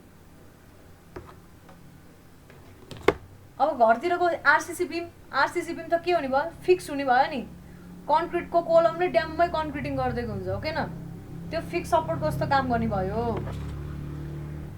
त्यही भएर हेरी हुन्छ अनि तिमीले रोलर सपोर्ट हेर्नको लागि कहाँ जानुपर्छ हतपत रोलर सपोर्ट देखिँदैन कहिलेकाहीँ यस्तो ट्रस स्ट्रक्चरहरू हुन्छ नि जस्तै कि त्यो एयरपोर्टहरूमा अथवा कतिवटा डिजाइनहरू निकालेको हुन्छ नि हो एकदम ब्रिजहरूमा नि सबैभन्दा बढी हो बेस्ट एक्जाम्पल दियो उसले ब्रिजहरूमा युज गरेको हुन्छ जस्तै कि यो ब्रिज भयो नि यस्तो लामो हो यहाँ ब्रिजको मुनिपट्टि 3D बनाऊ है ठ्याक्क सम्झायो मलाई म अड्किरहेको थिएँ यस्तो ब्रिज हो भने यहाँ मुनिपट्टि 3D नै बनेन यहाँ मुनिपट्टि यस्तो खाले स्ट्रक्चर हुन्छ जस्तै कि तिमीहरूले त्यो के भन्छ त्यहाँ के छ नि त्यो कालीमाटीबाट उता कुलेश्वरहरूतिर जाँदाखेरि ब्रिजहरू देखेको होला बानेश्वरतिर ब्रिज देखेको होला यहाँ मुनिपट्टि एउटा यो जुन यहाँनिर मान्छे हिँड्ने यो गर्डर भइहाल्यो त्यो मुनिपट्टि यसरी सपोर्ट गरेर राखेको हुन्छ क्या ठुला ठुला यत्रा पिलरहरू हुन्छन् नि यस्तो खाले सपोर्ट गरेर राखेका यस्ता हो यसरी हेर्दा यहाँनिर गएर हेर यहाँनिर रोलर हुन्छ क्या यहाँनिर राखेको ताकि यो ब्रिज सजिलै एक्सपान्ड पनि होस् भनेर के यताउता पनि मुभ होस् रोलर राखेको हुन्छ के त्यहाँनिर कन्ट्र्याक्सन एक्सपान्सन सजिलो भयो नि कन्ट्र्याक्सन एक्सपान्सन त एक्स डिरेक्सनमा हुन्छ एक्स डिरेक्सनमा त मुभ गर्न पायो नि त अनि ब्रिज अब यसरी पनि यस्तो पनि हुन्छ नि लोडिङ लाग्दाखेरि तिमीले अब एकदम लार्ज स्केलमा नदेखेला तर एकदम सानो भए पनि ब्रिज यसरी के भएको हुन्छ भेहिकल सँगसँगै ब्रिज पनि हल्का यस्तो चाहिँ भएको हुन्छ यो दुईटै मोसन पर्मिट गर्यो तर अब वाइ डिरेक्सनमा ब्रिजै उचालेर माथितिर आएर देख्दैनौ नि तिमीले हैन माथि तल गर्छ त ब्रिजले गर्दैन यो मोसन चाहिँ हुने रहेछ यसरी एक्सपान्ड हुने कन्ट्र्याक्ट हुने रहेछ रोलरलाई यही हात सम्झ अहिले ठुलो पिलरमा रोलर हुन्छ रोलर ठ्याक्कै त्यो यो यस्तो हुन्छ नि यो तिम्रो हिँड्ने जस्तै मान्छे यहाँबाट छिरेर यहाँबाट निस्किने छ अरे यो स्प्यान भयो यो लेन्थतिरको क्या यो विड्थतिर नसोच्छ अनि त्यसपछि तिम्रो यहाँ गर्डर राखेको हुन्छ गर्डर चाहिँ उता गएको हुन्छ यसरी क्या 3D मा बनाउनै आएन हौ ल बनाएँ मैले ल हेर यहाँ पुल भयो हैन पुलको रेलिङ यस्तो छ ल यस्तो छ है यहाँ रेलिङ अनि यहाँ रेलिङ छ है हेर यहाँ इमेजिन गर्यो यो अब यहाँबाट छिर्ने यहाँबाट निस्किने हैन अब यहाँनिर तिम्रो यसरी यो पनि उता भित्र गएर अनि यहाँ यस्तो खाले हुन्छ यस्तो खाले गर्डर राखेको हुन्छ क्या यहाँ अनि यस्तो एउटा पिलर पनि हुन्छ यो स्ट्रक्चर देखेको होला तिमीहरूले साइडबाट भन्नाले यसलाई अब उताबाट हेर्नु नि यस्तो खाले देखिन्छ क्या यस्तोमा यो र अनि त्यो अहिलेको पुल जुन यसरी आइरहेछ नि हाम्रो यहाँ बाहिरपट्टि यहाँनिर र यहाँनिर रोलर राखिएको हुन्छ क्या बुझ्यौ यो भयो यहाँनिर गर्डर भयो यो पिलर जस्तो गर्डर हुन्छ अलि ठुलो हैन हेर यो पुल भयो हैन यहाँनिर रोलर राखिएको हुन्छ क्या ताकि यस्तो होस् भनेर गर हेर ठ्याक्कै देख्छौ तिमीहरूले मुनिपट्टिको ठुलो त्यो स्ट्रक्चरमा गएर हेर ठ्याक्कै देख्छौ है झोलुङको पुल होइन झोलुङको पुलमा त कहाँ हुन्छ झोलुङको पुल होइन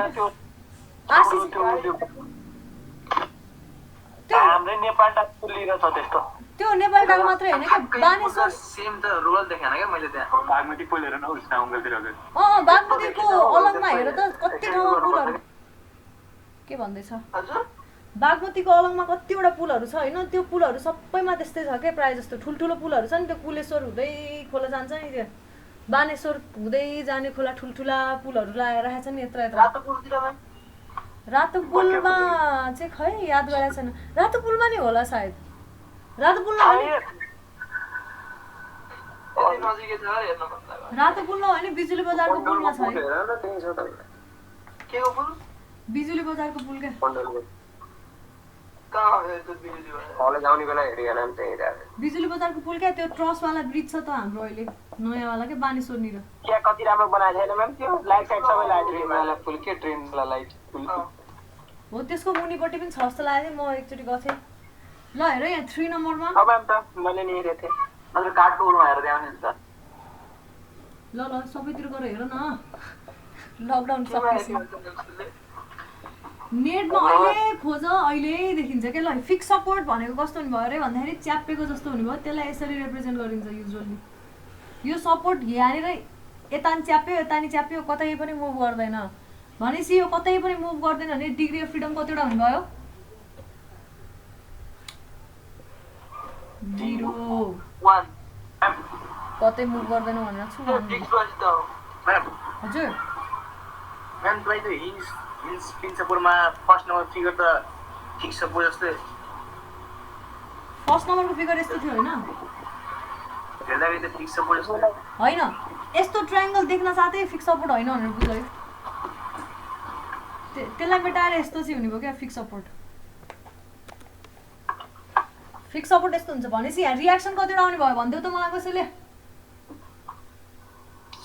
तिनटा हुन्छ रियाक्सन कता कता आउने भयो X Y moment X Y R Y र एम भन्छ कि के भन्छ ल यो पोइन्ट ए हो भने एम ए भन्यो है यस्तै वाइ डिरेक्सनमा आर वाइ आउने भयो एक्स डिरेक्सनमा आर एक्स आउने भयो र मोमेन्ट यस्तो खाले एम अबाउट पोइन्ट ए भन्न खोजेको हिन्जको अबाउट यही पोइन्टमा चाहिँ मोमेन्ट 0 हुन्छ यो पोइन्ट यसरी देखाउनु पर्दैन यसरी देखाउने हो त्यहाँ धेरै डार्क थोप्लो देखाउने होइन त्यो धेरै डार्क थोप्लो देखिन साथै त्यसलाई हिन्ज भनेर बुझिन्छ फेरि त्यो हिन्ज नल है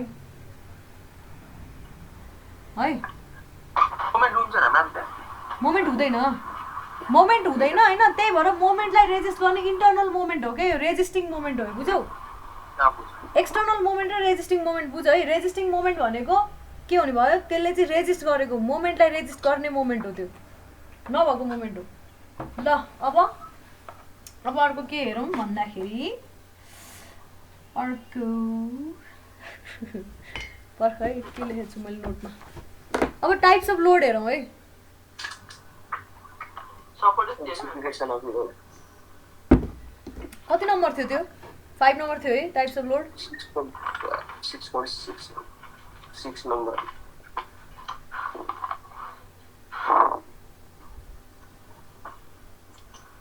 ल लेख्यो होला सबैजनाले अब 6 नम्बरमा हेरौँ टाइप्स अफ लोड क्याटेगोरिज बेग्ला बेग्ला छ है लोडको पनि क्याटेगोरिज अनुसार धेरै खाले हुन्छन्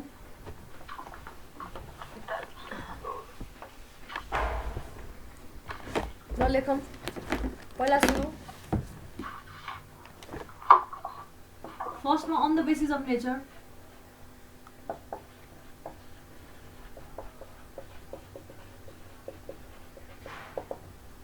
के हुने रहेछ एउटा डेड लोड भनेको कस्तो लोड हो कस्तो भन्दाखेरि नेचर बडीमा कसरी लाग्ने भन्ने कुरा अनुसारले डेड लोड लाइभ लोड यस्तो यस्तो हुन्छ है सबसे फर्स्टमा डेड लोड भन्नलाई सेल्फ वेटलाई डेड लोड भनिन्छ है जुन स्ट्रक्चरको आफ्नै वेट हुन्छ नि त्यसको कारणले आउने लोड जस्तै कि यो बीमको कारणले बीमलाई त लोड आउँछ नि केही न केही उसको कारणले उसैलाई आउने वेट जस्तै कि कोलममा अब हेरौँ कोलममा कति खाले लोड आउला भन त मलाई एउटा यो बीमको डेड लोड आउँछ होइन जुन चाहिँ घर बन्दैखेरि लागिसक्यो त्यसपछि अरू कुराहरू थप्यो जस्तै कि बेन्च स्कुलको कुरा गर्दैछु है मैले स्कुल बनाएँ अरे मैले स्कुल बनाउँदै गर्दाखेरि बीम बनाउँछु त्यसपछि कोलम बनाउँछु त्यसपछि अर्को तल्ला बीम त्यसपछि कोलम जस उल्टो बनाएँ मुनिबाट माथि जानुपर्ने है अनि मुनिपट्टि फाउन्डेसन छ भनेपछि फाउन्डेसनसम्म आउँदाखेरि कतिवटा लोड आउने भयो यहाँ कोलमको लोड बीमको लोड कोलमको लोड बीमको लोड होइन त्यसपछि अझ यहाँ कौसीमा पनि अलिकति यस्तो कोलमहरू एक्सटेन्ड गरेर यहाँ पर्खाल पनि लगाइदिया होला सबै यो पर्खाल यहीँ पर्खाल लगाइदिया होला ल यो पर्खालको पनि लोड यो सबै के लोड भयो डेड लोड भयो। यो स्ट्रक्चरको आफ्नै लोडलाई डेड लोड भनियो। अब यो स्कुल खुल्यो, फिनिसिङ गर्यो, खुल्यो, खुलिसकेपछि त्यहाँ डेस्क बेन्च राखिएला, अरू कुराहरू के राखिएला, थपिएला, त्यस्तोलाई के भनियो? लाइभ लोड है, अथवा इम्पोज लोड। अनि अर्को के हुने भयो? आवाज डिले भयो। पानी परेर म्याम केही फुल बास ढिलो आयो त मेरो। सबैको ब्लर हो। मेरो त आज पानी पर्छ। ब्लर त आएन म्याम, हजुर पहिला बोलेको आवाज चाहिँ पछि आयो। ए ला बरै के अरे पहिला डेड लोड बुझ्यो है सबैजनाले? डेड लोड भनेको कस्तो अरे? स्ट्रक्चरको आफ्नै वेट। त्यसपछि स्ट्रक्चर रेडी भइसक्यो। म आयो हजुर त्यो तलको चाहिँ के लोड भन्नुभएको? लाइभ लोड अथवा इम्पोज्ड लोड। लाइभ लोड भनेको चाहिँ स्ट्रक्चर बनिसकेपछि पछि अरू कुराहरू जुन जुन एड हुन्छ नि त्यो कुराहरूलाई चाहिँ लाइभ लोड भन्ने हो। तिनीहरूको कारणले आउने लोड, जस्तै कि स्टुडेन्ट आउलान् जालान् होइन, स्टुडेन्ट्सहरू बसिरहेछन् डेस्क बेन्चमा भने डेस्क बेन्चको लोड, स्टुडेन्ट्सको वेट, आफ्नो वेट, अनि अरू अब जति पनि मटेरियलहरू दराजहरू के ल्याएर राख्ला त्यो सबै के भयो? के भयो भनिदेऊ? लाइभ लोड हो लाइभ लोड। मुभेबल लोड पनि भनिन्छ हैन? मुभेबल लोड मुभ गर्न सक्यो नि त। अब स्ट्रक्चरकै पार्टलाई त मुभ गर्न नसकिएला, तर डेस्क बेन्चहरू मुभ गर्न सक्यो, स्टुडेन्ट्स नै हिँडेर जाने भयो। अब भूकम्प आयो रे, त्यो भूकम्पको कारणले पनि के हुन्छ? स्ट्रक्चरमा इम्प्याक्ट पर्छ नि होइन? त्यो स्ट्रक्चरको इम्प्याक्टलाई पनि हामीले लोड जसरी ट्रिट गरेर त्यसलाई स्टडी गर्न मिल्छ है। त्यस्तो खाले लोडलाई के भनियो? डाइनामिक लोड, जुन चाहिँ मुभ हुन्छ, जसले चाहिँ मोसन दिन्छ। जस्तै कि पुलमा गाडीको कारणले आउने लोड के भयो? गाडीको वेटको कारणले आउने लोड लाइभ लोड भयो। गाडीको मोसनको कारणले आउने लोड के भयो? डाइनामिक लोड भयो। हो अब त्यसै गरी तिम्रो अब हाम्रो काठमाडौँमा धेरै हावा चल्दैन, मुस्ताङ जाऊ, मुस्ताङमा 12 बजे जोमसोममा बेसरी हावा चल्छ है। त्यो केसमा त्यहाँनिर घरहरू तिमीले कसरी बनाउनु पर्यो? त्यो हावा हुरीलाई पनि बचाउने गरी बनाउनु परेको परेन भन त? भनेपछि त्यहाँनिर पनि अर्को कुन लोड आयो? विन्ड लोड आयो। विन्ड लोड चाहिँ डाइनामिक लोड भित्रै पर्यो है, काइन्ड अफ। डाइनामिक भनेको लोडको नेचरै मुभिङ भयो के। अर्थक्वेक लोड, विन्ड लोड दुइटालाई डाइनामिक लोड भित्र राख्न मिल्छ। छुट्याएर लेख्दा नि भयो, सँगै लेख्दा पनि के अरे त्यही भित्रलाई क्याटेगोराइज गर्दा नि भयो है। यति भयो सबै लोडहरू। अब एउटा कुन लोड छुट्यो होला यसो सोच। हजुर त्यति धेरै हुँदैन। यो साउन्ड लोड चाहिँ कहाँतिरको डिजाइन गर्दाखेरि याद गर्नुपर्छ नि, एयरपोर्टनिरको घरहरू, एयरपोर्टकै स्ट्रक्चरहरू बनाउँदाखेरि चाहिँ साउन्ड लोडहरू हुन्छ नि, त्यो के सनिक वेभहरू के आइरहेको हुन्छ।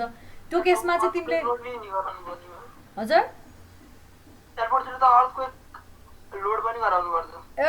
अर्थक्वेक लोड जहाँ पनि गराउनुपर्छ। तिम्रो अर्थक्वेक प्रोन रिजन काठमाडौँमा होइन, काठमाडौँ नेपाल भनेको 11th नम्बरमा पर्छ अर्थक्वेक आउनलाई। जापान अब नम्बर 1, 2, 3 कतातिर छ। नेदरल्यान्ड्सहरू भयो, यिनीहरू एकदम सेस्मिक एक्टिभ सेस्मिक रिजन हुनु होइन। यस्तो एक्टिभ सेस्मिक रिजनहरूमा भूकम्प आइरहेको छ, त्यही भएर भूकम्प प्रतिरोधात्मक घर बनाउनुपर्छ। तिमी अमेरिकामा हेर्ने भने क्यालिफोर्नियामा खुब भूकम्पहरू आइरहेको छ, क्यालिफोर्नियामा खुब स्टडी हुन्छ भूकम्पको। तर अब क्यालिफोर्नियाको ठ्याक्कै अब कतातिर पर्छ त्यो जियोस्, यतातिर कि यतातिर पर्छ जियोस्, खै थाहा छैन है, नक्सा हेर्नुपर्छ, यतातिर पर्ला। अनि अब यतातिर चाहिँ एक थोक पनि अर्थक्वेकै आउँदैन। त्यताको युनिभर्सिटीमा गएर तिमीले अर्थक्वेक इन्जिनियरिङ गर्छु भन्यो भने पनि तिमीले पाउँदैनौ क्या। एउटै देशभित्र नि त्यस्तो हुन्छ। त्यही भएर यहाँनिर डिजाइन गर्दाखेरि अर्थक्वेकलाई एकदम कन्सिडर गरेर ठुलो फ्याक्टर अफ सेफ्टी राखेर डिजाइन गर्नुपर्छ। यहाँनिर गर्दा अर्थक्वेक कहिले आउँछ कहिले आउँछ, आउँदैन फल्टै छैन भनेर डिजाइन गरिँदैन। त्यस्तै गरी तिमीले अब सनिक वेभहरू, सुपरसनिक, अल्ट्रासनिक के वेभहरू छ, त्यस्तो वेभहरूको लागि, साउन्ड वेभहरूको लागि तिमीले डिजाइन अब यहाँ काठमाडौँमा यहाँनिर गर्छ भने किन डिजाइन गर्नु पर्यो? एयरपोर्टको नजिक भएको स्ट्रक्चरहरू, एयरपोर्टकै टर्मिनलहरू बनाउँदाखेरि चाहिँ साउन्ड वेभहरूलाई पनि कन्सिडर गर्नुपर्छ। साउन्ड वेभहरू अथवा त्यही एयरकै के अरे एयरप्लेनकै स्पिडको कारणले नै के मतलब एयरमा डिस्टर्बेन्स जेनेरेट हुन्छ होइन, त्यस्तो खालेले पनि अब टर्बुलेन्सहरू क्रिएट गर्छ। त्यस्तो खालेको लागि डिजाइन गर्नुपर्छ। यो सबै खाले लोड के भयो? नेचरको बेसिसमा लोडलाई क्याटेगोराइज गरियो। साउन्ड लोडलाई मैले लेखिनँ है। एउटा भयो डेड लोड, अर्को भनेको के भयो रे? Live load. भनेपछि अर्थक्वेक इन्जिनियरिङ नै हुन्छ। अब हुन्छ नि भाइ, थापाथलीमा अब पढाउँछ। हुन्छ त मेरो नै एकदम इन्ट्रेस्ट हो अर्थक्वेक र स्ट्रक्चरल इन्जिनियरिङ कम्बाइन्ड है। यो सेल्फ वेट, अब यसलाई के भन्छ अरे इम्पोज लोड पनि भनिन्छ यो, अथवा मुभेबल लोड भन्ने हो है। र अर्को के भयो अरे डाइनामिक लोड भने मैले। डाइनामिक लोड भित्र के पर्यो अरे एउटा अर्थक्वेक, अर्को पर्यो wind load. Seismic earthquake load भन्नाले सेस्मिक लोड भन्नु खोजे है। इम्पोज लोड भनेको नि डाइनामिक लोडै हो। लाइभ होइन लाइभ लोड हो कहाँ भनेछु। र अब अर्को हुने भयो, अर्को खाले कुन लोड एउटा छुट्यो होला भन त मलाई कसैले। अब अर्को कस्तो खाले लोड लाग्ला, इन्डाइरेक्ट लोडिङ। त्यो वेभ त झन् नेपालमा हेर्न पनि पर्दैन होइन, वेभ कहाँबाट आओस् र। तर हो अब तिमीले भने जस्तो फ्लोरिडाहरूतिर यो के अरे कता कता छ नि त्यो टर्नेडोहरू आउनेतिर भयो, डेजर्टहरूतिर साइडतिर फ्लड लोड नेभाडातिर। हो त्यस्तो बेलामा वाटरहरूको कारणले वेभ्सहरूको कारणले आउने लोडलाई नि स्टडी गर्नुपर्छ। सबै डाइनामिकमा पर्छ है। हामीले चाहिँ विशेष गरी हेर्नुपर्ने भनेको अर्थक्वेक र विन्ड हो। विन्ड चाहिँ ठुल्ठुलो ट्रस स्ट्रक्चरहरू बनाउँछ, जस्तै टावरहरू बनायो नि, यस्तो स्टिलको टावर हुन्छ नि यत्रो ठुल्ठुलो, यस्तो खाले टावर देखायो होला नि, यस्तो क्रस क्रस के हुन्छ नि यस्तो। हाम्रो बिजुलीको टावर हुन्छ नि, बिजुलीको टावर कहाँ, आइफेल टावर। पेरिस नजाऊ न भाइ, यहीँ बस्छ। पेरिसमा छ कि के हो, फ्रान्समा होस्। यस्तो खाले टावरहरूमा अब सेस्मिक लोड एकदम सिग्निफिकेन्ट हुन्छ। हाम्रो घरहरूमा सिग्निफिकेन्ट नभए नि यो स्लेन्डर स्ट्रक्चर भयो, पातला हेर्दा पातला तर लामा लामा स्ट्रक्चरहरूमा सेस्मिक लोड विन्ड लोड एकदम सिग्निफिकेन्ट हुन्छ। यस्तो स्टडी गर्दाखेरि स्टडी गर्नुपर्छ। नेपालमा हामीले यस्तो खाले डाइनामिक लोडहरू स्टडी गर्नुपर्छ है। अब अर्को खाले लोड भनेको तिमीहरूले भन्न सकेन, म भनिदिन्छु टेम्परेचर लोड। यो पनि काठमाडौँमा बरु त्यति सिग्निफिकेन्ट नहोला, तराईमा सिग्निफिकेन्ट हुन्छ। किन? गर्मीमा गर्मी धेरै, जाडोमा जाडो धेरै हो। त्यस्तो केसमा एकदम भ्वात्तै एक्सपान्सन भ्वात्तै कन्ट्र्याक्सन भइदिन्छ। बिमहरूमा पनि क्र्याक्सहरू जेनेरेट हुन्छ कन्क्रिटको स्ट्रक्चरमा, जब कि कन्क्रिटको स्ट्रक्चरमा टेम्परेचरको कारणले आउने अब अल्फा भ्यालु जसको बढी हुन्छ त्यसमा बढी इफेक्ट देखिने हो होइन। अल्फा त थाहा छ तिमीहरूलाई, यो फिजिक्समा नि कता कता सोध्दै थिए भाइहरूले अल्फाको बारेमा है। भनेपछि अब तिम्रो टावरहरूकै केसमा हेर्दाखेरि पनि टेम्परेचरको कारणले आउने एकदम सिग्निफिकेन्ट कन्ट्र्याक्सन र एक्सपान्सन भइसकेपछि त्यसलाई पनि हामीले लोड जसरी ट्रिट गरेर डिजाइन गर्न मिल्छ। यति खाले लोड आउने रहेछ है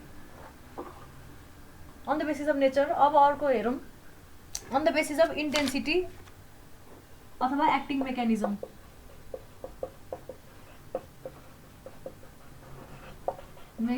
कसरी एक्ट गर्छ बडीमा। अहिले कस्तो थियो भन्दाखेरि लोड आफ्नै नेचरमा, अब कस्तो भन्दाखेरि कसरी बडीमा एक्ट गर्छ भन्ने कुरा हेरौँ है। सबसे फर्स्टमा यो टाइप अफ लोडको त्यो लास्टको टेम्परेचर छ नि, एक्सपान्ड हुने भन्ने बित्तिकै लोड बढ्ने हो र लोड त सधैँ इक्वल त हुन्छ। लोड सधैँ हो, त्यसलाई एक्सपान्सनलाई पनि तिमीले लोड जसरी ट्रिट गर्न पाउँछौ भन्न खोजे क्या। त्यसलाई कन्भर्जन गर्ने तरिकाहरू हुन्छ भन्नाले होइन। जस्तै कि तिम्रो बडी यत्तिकै छ, अब त्यो टेन्सनमा आयो क्या नि एक्सपान्ड हुनु भनेको, भन त मलाई। त्यहाँनिर तिमीले एक्सपान्ड हुनु भनेको यो बडी यस्तो छ होइन, यो बडी अहिले टेम्परेचरको कारणले यति एक्सपान्ड भयो भने यो तिमीले यो टेम्परेचरको कारणले यति एक्सपान्ड हुनु र यो बडीमा होइन सर्टेन अमाउन्ट अफ फोर्स लगाएर यहाँसम्म तान्नु उस्तै उस्तै भयो कि भएन। फोर्स लाउनु भनेको लोड हो कि होइन। यसरी ट्रिट गर्न मिल्छ भनेको क्या मैले, इक्विभ्यालेन्टली ट्रिट गर्न मिल्छ। तिमीहरूले होइन अब यसपछि स्ट्रेन्थ अफ मटेरियल पढ्ने भयो है, यहाँ देख्थ्यौ क्या तिमीहरूले टेम्परेचरको कारणले आउने इफेक्टलाई के स्ट्रेसको इक्विभ्यालेन्टमा कन्भर्ट गर्न मिल्छ। स्ट्रेस भन्नाले टेम्परेचर स्ट्रेस भनिन्छ त्यसलाई होइन। टेम्परेचरको कारणले आउने यो बडीमा स्ट्रेन हेर न, चेन्ज इन लेन्थ त भयो नि होइन। चेन्ज इन लेन्थ के को कारणले भयो, टेम्परेचरको कारणले भयो। तर यसलाई कसरी ट्रिट गर्न मिल्यो भन्दाखेरि त्यो बडीलाई यदि मैले फोर्स लाउने हो भने कति फोर्स लाउँदा चाहिँ यो बडी त्यतिले नै तन्किन्थ्यो भन्ने कुरा हेर्ने हो भने त्यही बराबरकै फोर्स जति नै यसले त्यो टेम्परेचरले के दिएर रहेछ, स्ट्रेस दिएर रहेछ कि रहेनछ। बुझ्यौ भन्न खोजेको, त्यसलाई नै लोड भनिएको हो क्या भाइ। होस् म्याम अर्थक्वेकले नि लोड त कहाँ दिने हो त अर्थक्वेकले नि बडीमा लोड दबाउने होइन नि त सबै थोक रिलेटिभ हो क्या अस्ति मैले वेट भने जस्तै क्या वेट पनि एब्सोल्युट कुरा इमेजिन गर्ने होइन लोड भन्नु डिस्टर्बेन्स जस्तै म्याम डिस्टर्बेन्स जस्तै हो त्यसलाई चाहिँ लोड जसरी ट्रिट गरेर स्टडी गर्न मिल्छ भन्नु खोजेको एब्सोल्युट कुरा होइनन् है अब इन्टेन्सिटीको आधारमा हेरौँ के हुने रहेछ एउटा पोइन्ट लोड पोइन्ट अथवा कन्सन्ट्रेटेड लोड भन्छ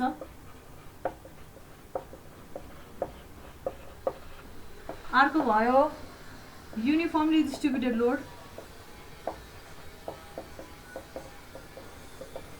तिमीहरूलाई मैले नोट दिँदाखेरि अघिको on the basis of nature भनेर बुकमा छैन है त्यो मैले लेखेको हुन्छु त्यो तिमीहरूलाई पठाइदिन्छु अनि यो बुकमा हुन्छ फेरि बुकबाटै खिचेर पठाइदिन्छु है मतलब मिक्स म्याक्स हुन्छ है त्यो युनिफर्मली डिस्ट्रिब्युटेड लोड पहिला पोइन्ट लोड बुझौँ न है बुकमा पनि छ क्या यसको बारेमा त अब हेर त्यहाँ पोइन्ट लोड भनेको के हो भन्दाखेरि पोइन्ट लोड भनेको चाहिँ कस्तो भन्दा स्ट्रक्चरमा कुनै एउटा पर्टिकुलर पोइन्टमा लोडलाई एक्ट गर्छ भनेर अज्युम गर्न मिल्छ भने त्यो के भयो पोइन्ट लोड भयो है कस्तो अरे जस्तै कि फर इक्जाम्पल वेट एउटा सर्टेन पोइन्टबाट एक्ट गर्छ भनेर अज्युम गर्न मिल्छ नि मिल्छ कि मिल्दैन वेट त throughout the body distributed हुन्छ तर हामीले के भनेको थियो अस्ति वेटलाई कुनै एउटा पोइन्ट जस्तै कि सिजीबाट एक्ट गर्छ भनेर मान्न मिल्छ नि होइन त्यही भएर के भयो भन्दाखेरि वेट पनि एउटा पोइन्ट लोड हुने भयो तिमीले कुनै पनि बेन्च राख्यौ भने अब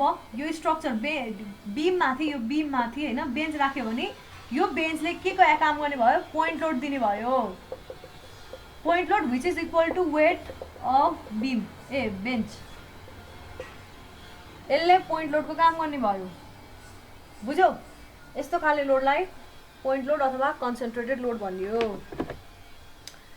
अर्को छ युनिफर्मली डिस्ट्रिब्युटेड लोड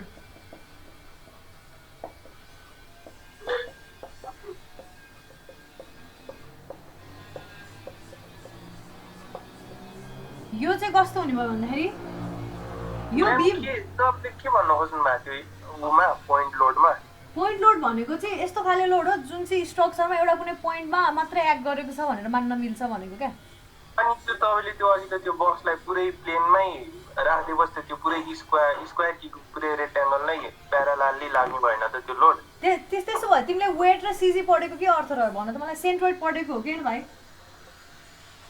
सेन्ट्रोइडको अर्थ के हो सेन्टर अफ मास सेन्ट्रोइडको अर्थ सेन्टर अफ एरिया हो सेन्टर अफ ग्राभिटीको अर्थ के हो रे कुनै पनि वेटलाई यो बडीको वेट त डिस्ट्रिब्युटेड हुन्छ नि होइन तर यो सबै डिस्ट्रिब्युटेड वेटलाई कुनै एउटा पोइन्टबाट एक्ट गर्छ भनेर मान्न मिल्छ कि मिल्दैन भन त मलाई कुनै एउटा प्र्याक्टिकल्ली पनि यस्तरी क्यालकुलेसन गर्दा तिम्रो खासै बिग्रिँदैन यसरी क्यालकुलेट गर्दा कहिले पनि खासै केही कुरा बिग्रिँदैन है सिजीको अबाउटबाट क्यालकुलेसन गर्दा केही पनि बिग्रिँदैन है बुझ्यौ नि यसै अजम्सन गरेको होइन कि यसरी गर्न मिल्ने रहेछ त्यही भएर यसरी गरेका हुन् साइन्टिस्टहरूले है भन्नाले सिजी भनेको यस्तै पोइन्ट हो जहाँबाट चाहिँ हामीले यो बडीको पुरै वेटलाई डिस्ट्रिब्युट गरेर नबसेर होइन कुनै एउटा पोइन्टबाट त्यो सबै बडीको वेट एक्ट गर्छ भनेर मान्दाखेरि उस्तै कुरा आउने रहेछ क्या त्यही भएर सिजी भन्ने कुरा बनाएको हो भनेपछि यो पोइन्टबाट यो लोड एक्ट गर्छ वेट एक्ट गर्छ भन्यो भने अहिलेको लागि वेटहरू कस्तो लोड हुने रहेछ कन्सन्ट्रेटेड वेट हुने रहेछ कुनै एउटा पोइन्टबाट कन्सन्ट्रेटेड भएर एक्ट गर्छ भनेर मान्न पाउने रहेछ अथवा पोइन्ट लोड भन्न पाइने रहेछ है बुझ्यौ भाइ प्र्याक्टिकल्ली त अलिअलि भेरिएसन भइहाल्छ होइन तर धेरै भेरिएसन हुँदैन भने साइन्टिस्टहरूले ल यतिसम्म भेरिएसन हुन्छ केही छैन कन्सिडर गर्न मिल्छ भन्ने कन्सेप्टले नै सिजी भन्ने कुरा बनाएको हुन् क्या अब अर्को छ युनिफर्मली डिस्ट्रिब्युटेड लोड यो लोड कसरी लाग्छ भन्दाखेरि बडीमा होइन युनिफर्मली डिस्ट्रिब्युटेड लोड कसरी लाग्छ भन्दाखेरि यो बडी हो भने यहाँनिर जति लोड लाग्यो यो थ्रु आउटै सर्टेन एउटा पोइन्टसम्म चाहिँ युनिफर्मली एउटै इन्टेन्सिटीले लाग्ने रहेछ क्या बुझ्यौ यहाँ 5 किलोन्युटन लागेको छ नि यहाँनिर 5 हुँदै जाने रहेछ क्या यसरी थ्रु सर्टेन एउटा भ्यालुसम्म सेम सर्टेन एउटा रेन्जसम्म सेम भ्यालु एक्ट गर्ने रहेछ यसलाई केले जस्तो होइन यसलाई केले रिप्रेजेन्ट गरिरहन्छ भने इन्टेन्सिटीले रिप्रेजेन्ट गरिन्छ है। इन्टेन्सिटी भनेको load per unit area, unit length है, लोड पर लेन्थ भन्नाले यहाँनिर 5 केजी 5 न्युटन लोड लाग्छ भनेर भनिँदैन। युडिएल हो भने युडिएल पनि भन्छ है यसलाई, युडिएल। यसलाई के भन्न पाइयो रे भन्दाखेरि 5 न्युटन पर मिटर भनिन्छ, यसरी रिप्रेजेन्ट गरिन्छ क्या। 1 मिटर भरिमा 5 न्युटन चाहिँ लोड लाग्ने रहेछ भनेर। तर यो नेसेसरीली 1 मिटर हुनुपर्छ भन्ने छैन, 0.5 मिटर पनि हुनसक्छ। यसको अर्थ के हो भने यो लोड चाहिँ यसरी लाग्छ, इन्टेन्सिटीको टर्ममा लेख्न पाइन्छ है, बुझ्यौ? युडिएललाई इन्टेन्सिटीको टर्ममा लेख्ने रहेछ। अब यो युडिएल भयो। युडिएल जस्तो लोडहरू कहाँनिर लाग्ला एकचोटि इमेजिन गर्नु त। यस्तो खाले लोड कस्तो खाले फोर्सको कारणले यस्तो खाले लोड लाग्ला? Gravitational force. ग्राभिटेसनल त सेन्टर अफ ग्राभिटीमा लागिहाल्छ नि। पोइन्ट फोर्स नै भयो भने चाहिँ ग्राभिटेसनल फोर्स भन्नु नै सेन्टर अफ ग्राभिटीमा लाग्ने फोर्स हो, त्यो त वेटै भइहाल्यो। विन्ड लोड हैन, बीम माथि छ, माथि एउटा यसरी हावा चलिरहेको छ अरे 5 किलोमिटर पर आवर इस्टतिर लागिरहेको छ अरे हावा, वेस्टतिर भने मैले ठ्याक्कै यो पोइन्टमा भने यो पोइन्ट यो बीमभरिमा यसरी लागेको लोडलाई यसलाई युनिफर्मली डिस्ट्रिब्युटेड लोड जसरी ट्रिट गर्न पाइन्छ है। अथवा माथिबाट यसरी हावा चलिरह होला, माथिबाट यस्तो मुनितिर लागेको होला हावा, एयर प्रेसरै भयो। यो पनि के हुने भयो, युनिफर्मली डिस्ट्रिब्युटेड हुने भयो। अथवा तिम्रो सबैभन्दा माथि घरको माथि कसैको के हुन्छ, पुल हुन्छ आजकल स्वाङ मान्छेको, यहाँ पुल होला ल, यहाँ पुल छ नि हैन, पानी छ यहाँ, पानीको कारणले इक्वल हाइड्रोस्ट्याटिक प्रेसर जेनेरेट हुन्छ, युज लाग्छ कि लाग्दैन यस यहाँभरि चाहिँ। यो पोइन्ट र यो पोइन्टमा फरक लाग्ला, तर यो पोइन्टबाट मुनि त यो पोइन्टमा त सेम टु सेम लाग्छ नि। भन्नाले हाइट अनुसार प्रेसर नि यसरी भ्यारी गर्छ नि हैन, गर्न चाहिँ। तर यो पोइन्टमा हाम्रो बिम त यहाँनिर छ नि त। अब यो बिममा हेर्नु नि यति भरि यही इन्टेन्सिटीको लोड लाग्ने रहेछ क्या। त्यही भएर यहाँनिर नि युडिएल लागेको जस्तो गर्न पाइयो। युडिएललाई कसरी देखाइरहेछ बुकमा भन्दाखेरि यसरी देखाउँदो रहेछ है, यसरी अथवा यसरी पनि है, यसरी कुलुङ गर्दै है, दुई तरिकाले रिप्रेजेन्ट गरिन्छ युनिफर्मली डिस्ट्रिब्युटेड लोडलाई। इन्टेन्सिटीको टर्ममा लेखिदो रहेछ, बुकमा मजाले लेखिदिएको छ। एकचोटि सरर पढेर म सुनाइदिन्छु। अब यो युनिफर्मली डिस्ट्रिब्युटेड लोडको पनि कुरा के छ भन्दाखेरि हैन, यसलाई पनि ठ्याक्कै एउटा सेन्टरबाट एक्ट गरेको जसरी लिन पाइँदो रहेछ क्या। अघि तिमीले जुन त्यो भाइले रेक्ट्याङ्गल राखेको कुरा थियो नि, एकचोटि रेक्ट्याङ्गल राखेको भाइले हेर त यहाँनिर, जस्तै कि यही रेक्ट्याङ्गललाई पनि हामीले सिजी बीचबाट एक्ट गरेको भनेर लिन पाइएको थियो डाइरेक्टली हैन। तर त्यस्तो नगरेर तिमीले यसलाई युनिफर्मली डिस्ट्रिब्युटेड लोड जसरी ट्रिट गर्न नै पाउँछ छ हेर यहाँ। अब तर यो युनिफर्मली डिस्ट्रिब्युटेड लोडलाई पनि फेरि यो त 5 किलो न्युटन पर मिटरमा लागिरहेको छ अरे सपोज हैन भने, अब यसको रिजल्टेन्ट चाहिँ कहाँनिर लाग्ला भनेर मान्न पाइयो। रेक्ट्याङ्गुलर छ नि यो युनिफर्मली डिस्ट्रिब्युटेड लोड, जहिले रेक्ट्याङ्गुलर हुन्छ है। ठ्याक्क बीचबाट लाग्न पाइयो कि पाएन। जस्तै कि यो 2 मिटरको लम्बाइ छ अरे यहाँसम्म, 2 मिटर छ भने सुन है, 2 मिटर छ भने टोटल लोड कति हुने रहेछ, 5 × 2 हुने रहेछ। किनभने 1 मिटरमा 5 किलो न्युटन एक्ट गर्ने रहेछ, 2 मिटरमा 5 × 2 किलो न्युटन एक्ट गर्ने रहेछ। यो भनेको 10 kilo newton total load act गर्ने रहेछ यो युडिएलको कारणले है। सुनिरहेछौ? र यो कहाँनिर कहाँनिर एक्ट गर्छ भन्न पायो, ठ्याक्क बिचमा यसरी एक्ट गर्छ भन्न पनि पाइने रहेछ है। यही हो क्या मजा, चलखेल गर्न पाइन्छ। यहाँनिर 10 किलो न्युटन लोड एक्ट गर्न पाउँछ भन्न पाउने रहेछ कि तिमीले। यो भन्नुको साटो बुझ्यौ? बुझ्यो कि बुझेनौ? ठ्याक्कै 1 मिटरमा हैन, 1 मिटरमा तिमीले 10 किलो न्युटन लोड एक्ट गर्छ भन्न पाउने रहेछौ युनिफर्मली डिस्ट्रिब्युटेड लोडको केसमा है। बुझ्यौ नि? बुझ्यो कि बुझेनौ? बुझे छैन म्याम। के बुझेनौ? त्यही तपाईँले भर्खर भन्न खोज्नु भएको कुरा। बरु अहिलेसम्म युनिफर्म गइरहेको थियो त्यो बुझेन युनिफर्मली डिस्ट्रिब्युटेड त्यो ए र बीमा त केही फरक नै देखिनँ मैले त त्यस भए खासै फरक छैन ए र बीमा के गर्दाखेरि फरक छ भन्दाखेरि क्याल्कुलेसन गर्दाखेरि मात्रै फरक हो तिमीले पोइन्ट लोड मात्रै राखेर क्याल्कुलेट गर्यो भने हैन तिमीले पोइन्ट लोड मात्रै राखेर क्याल्कुलेट गर्यो भने सुन है यहाँ के फरक छ म भनिदिन्छु है तिमीले पोइन्ट लोड 10 किलोन्युटन 1 मिटरमा राख्यो रे है भने अहिले यो सर्फेसमा हेर त तिमीले अब यहाँनिर लोड छ भनेर मान्न पाउँछौ तिमीले पाउँदैनौ यहाँनिर आएछ बल्ल लोड लाग्यो भनेर मान्न पायो तिमीले है तिमीले पोइन्ट लोड राख्यो भने यस्तो गर्नु पर्यो तर तिम्रो त युडिएल छ भने यहाँसम्म आउँदा आउँदै पनि यहाँनिर सर्टेन लोड लागिसकेको छ नि त यहाँ आउनु अगाडि पनि यो स्ट्रक्चरमा लोड छ भनेर बुझ्न पर्छ क्या यदि युनिफर्मली डिस्ट्रिब्युटेड लोड हो भने चाहिँ युनिफर्मली डिस्ट्रिब्युटेड लोड हो भने तिमी यहाँ आउँदा आउँदै पनि लोड लागिरहेछ जस्तै कि यो 1 मिटर हो भने तिमी 0.5 मिटरमा अब यहाँनिर फेरि फर्दर अर्कै लोड लागिसकेको छ क्या यहाँनिर यति युडिएल बराबरले लोड यहाँ लागिसक्यो भनेर मान्नु पर्यो यहाँबाट होइन यो पोइन्टबाट अलिकति पनि यता मुभ गर्यो भने त्यहाँनिरको लोड सर्टेन लाग्छ भनेर बुझ्न पर्यो यहाँबाट अलि पर गयो भने त्यहाँनिर फेरि अर्को लोड लाग्छ तर यो यही लेन्थको बिचमा लाग्छ यहाँबाट अझै पर गयो भने यहाँ भरि नै लाग्छ होइन तर यो टोटल लेन्थको बिचमा लाग्छ भनेर मान्नुपर्छ क्या युडिएल हो भने चाहिँ कन्सन्ट्रेटेड लोड हो भने चाहिँ त्यो पोइन्टसम्म नआउन्जेलसम्म यहाँ लोडै छैन यो स्प्यानमा लोडै छैन भन्दै मान्न आउन पाइयो सुई आउन पाइयो तर युडिएल हो भने तिमी टोटल युडिएल यहाँ यतिमा एक्ट गरिरहेछ भने हेर है यो 1 मिटर यो 2 मिटर यो पनि 1 मिटर बाँकी पनि 1 मिटर ठ्याक्क बिचमा ओभरअलको चाहिँ बिचमा लाग्ने भयो तर तिमी अब यो पोइन्टबाट यता आउँदैछौ भने जस्तै कि तिमी 0.5 मिटरसम्म आयो ठ्याक्क यसको बिचमा आउँछौ भने यहाँनिर तिम्रो युडिएल यति कन्सिडर गर्नुपर्छ क्या तिमीले अब यति युडिएलको रिजल्टेन्ट फेरि कहाँ आउने भयो 0.25 मा आउने भयो यति युडिएलको रिजल्टेन्ट अब 10 हुँदैन यो यसको कति हुन्छ म्याग्निट्युड भनेको 5 × 0.5 हुने भयो क्या अब यो केसमा बुझ्यौ भन्नु खोजेको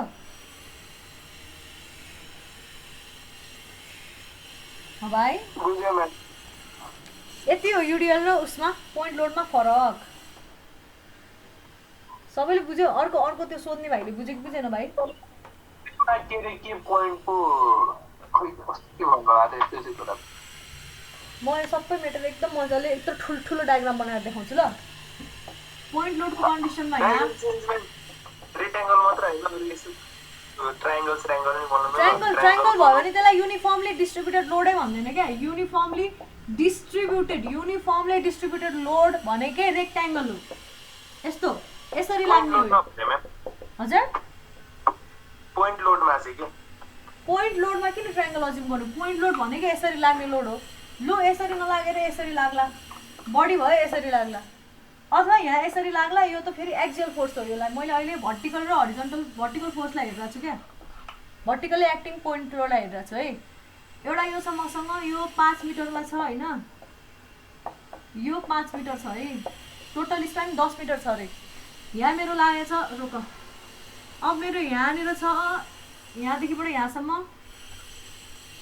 यहाँसम्म टोटल स्प्यानमा 10 मिटरमा मेरो इन्टेन्सिटी दिएको हुन्छ है एक्जाममा हेर यसको इन्टेन्सिटी छ 2 किलोन्युटन पर मिटर छ यसको इन्टेन्सिटी 1 मिटरमा 2 किलोन्युटन भनिसकेपछि यसको रिजल्टेन्ट कहाँनिर एक्ट गर्छ ठ्याक्क बिचमा एक्ट गर्छ है कति एक्ट गर्ने भयो 2 × 10 20 किलोन्युटन एक्ट गर्ने रहेछ यसको रिजल्टेन्ट अब यहाँनिर 20 किलोन्युटन यो दिनु र यो दिनु उस्तै भयो भन्नेले के बुझ्नु पर्यो भन्दा उस्तै हैन भनेर बुझ्नु पर्यो किन म देखाउँछु किन हेर यो युडिएल हो नि तिमी अब सपोज तिमी अहिले पुरै 10 मिटरलाई कन्सिडर नगर 5 मिटरलाई मात्रै हेर 5 मिटरसम्म यहाँ आइपुग्नु जेलसम्म यहाँ कुनै लोड छ यो स्ट्रक्चरमा बरु बनाऊ है बनाउने भयो यहाँ कुनै लोड छैन यो स्ट्रक्चरमा कुनै लोड नआउने भयो स्ट्रक्चर ए मा कुनै लोड नआउने भयो स्ट्रक्चर बी मा चाहिँ त्यहाँसम्म आउँदाखेरि पनि यति इन्टेन्सिटी चाहिँ छ क्या युनिफर्म इन्टेन्सिटीले आइरहेछ नि त लोडी त्यही भएर अब यो 5 मिटरमा चाहिँ यहाँ सर्टेन लोड अलरेडी हुन्छ एक्जिस्ट गर्छ क्या यहाँ आइपुग्नु अगाडि अलरेडी लोड एक्जिस्ट गर्छ कति लोड एक्जिस्ट गर्छ भन्ने कुरा कसरी क्याल्कुलेट गर्ने फेरि ठ्याक्क बिचमा लाग्ने भयो 5 मिटरको पनि बिचमा लाग्ने भयो त्यो भनेको 2 × 5 मिटर बराबरको 10 किलोन्युटन फोर्स यहाँ लागिसक्यो यो पोइन्टमा भनेर मान्नुपर्छ क्या। अब कहाँनिर लाग्ने भयो भन्दाखेरि 2.5 मिटरमा लाग्ने रहेछ यताबाट। बुझ्यौ फरक यस्तो हुन्छ क्या यहाँनिर। अब तिमी सही हो हो बुझ्यौ नि है। अब तिमी यहाँ 7 मिटरसम्म जाऊ रे। ल 7 मिटर गयो अरे। 7 मिटर गयो भने फेरि तिम्रो युनिफर्मली डिस्ट्रिब्युटेड लोड 7 मिटरसम्मै आछ। अब यसको रिजल्टेन्ट कहाँनिर एक्ट गर्नु भयो 3.5 मिटरमा एक्ट गर्ने भयो ठ्याक्क 3.5 मिटरमा। कति बराबरको रिजल्टेन्ट एक्ट गर्ने भयो भन त मलाई। 2 × 7 = 14 किलोन्युटन बराबरको रिजल्टेन्ट यहाँनिर 3.5 मिटरमा एक्ट गर्ने रहेछ। त्यही भएर तिमीले यो भन्नु र यो भन्नु इक्विभ्यालेन्ट भन्न पाएनौ है। बुझ्यो कि बुझेन?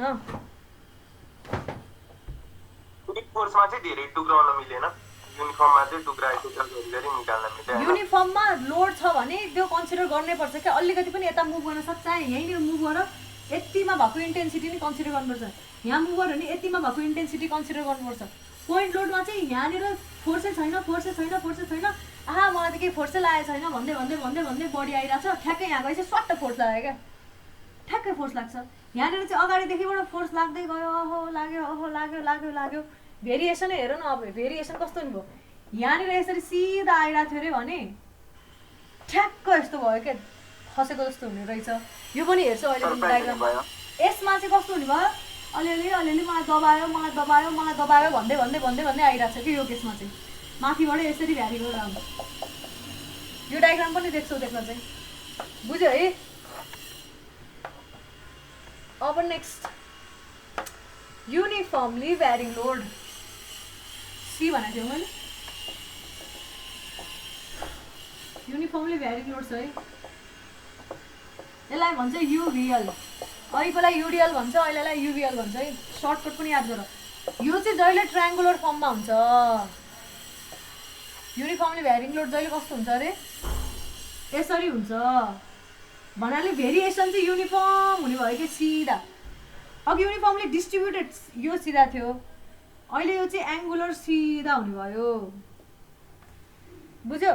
अथवा यस्तो नभएर यस्तो पनि हुनसक्छ, यहाँबाट यसरी सट्ट घट्दै घट्दै गए पनि हुनसक्छ, जस्तो नि हुनसक्छ है।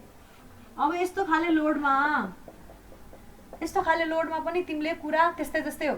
तिमी यहाँबाट यति मात्रै मुभ गर्छौ भने यति सेगमेन्टलाई कन्सिडर गरिहाल्नुपर्छ। तिमी यहाँबाट यति मात्रै मुभ गर्छौ भने यति सेगमेन्टलाई कन्सिडर गर्नुपर्छ। त्यही भएर मैले यो केसमा हेरेँ, यस्तो खाले केसमा हेरेँ। अब मलाई भन्न यो ट्रायङ्गलको सिजी कहाँनिर एक्ट गर्छ अरे? ट्रायङ्गलको सिजी कहाँनिर एक्ट गर्छ?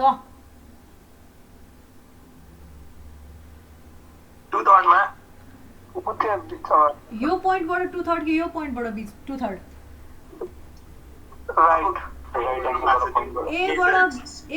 एबाट बीतिर जाँदा 2/3 कि बीबाट एतिर आउँदा 2/3?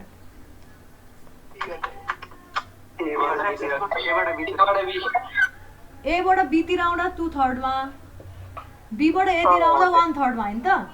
यता यो टोटल 5 मिटर हो भने हैन, यो कहाँनिर एक्ट गर्ने रहेछ भन्दाखेरि 2 × 5/3 अथवा यहाँबाट 5/3 मा एक्ट गर्ने रहेछ रिजल्टेन्ट। यति भनेको 5/3 भयो, यति भनेको 2/3 × 5 हुने रहेछ। र यसको पनि इन्टेन्सिटी यो हाइएस्ट इन्टेन्सिटी दिएको हुन्छ। Highest intensity 10 kilonewton per metre दिएको छ भने यसको रिजल्टेन्ट वेट कति हुने भयो? लोड कति हुने भयो? ट्रायङ्गलको एरियाले लोड दिने भयो। अघि हामीले रेक्ट्याङ्गलको एरियालाई b × h, मतलब b भनेको हाम्रो 5 मिटर थियो, इन्टेन्सिटी भनेको 2 किलोन्युटन पर मिटर थियो नि त, 5 × 2 गरेको थियौँ। त्यस्तै गरी अब यसको पनि लोड भनेको 1/2 × बेस × हाइट अथवा बेस × हाइट जुन मान्दा नि भयो। बेस भनेको 5 मिटर छ इन्टु 10 मिटर मान्न पर्ने रहेछ लोड। यो कति आयो भन्दाखेरि 525 किलोन्युटन आउने रहेछ। हेर है, यो लेख है, बरु डेफिनेसन म कपीमा दिउँला, मतलब नोटमा। तर यो चाहिँ लेख, युनिफर्मली भ्यारिङ लोड यसरी क्यालकुलेट गर्ने रहेछ। यो 5/3 मा यहाँबाट 2 × 5/3 मा एक्ट गर्यो, यहाँबाट 5/3 मा एक्ट गर्यो। अब के यो र पोइन्ट लोड एउटै हो? यहाँनिर पोइन्ट लोड लाउनु बराबर उस्तै हो त कुरो।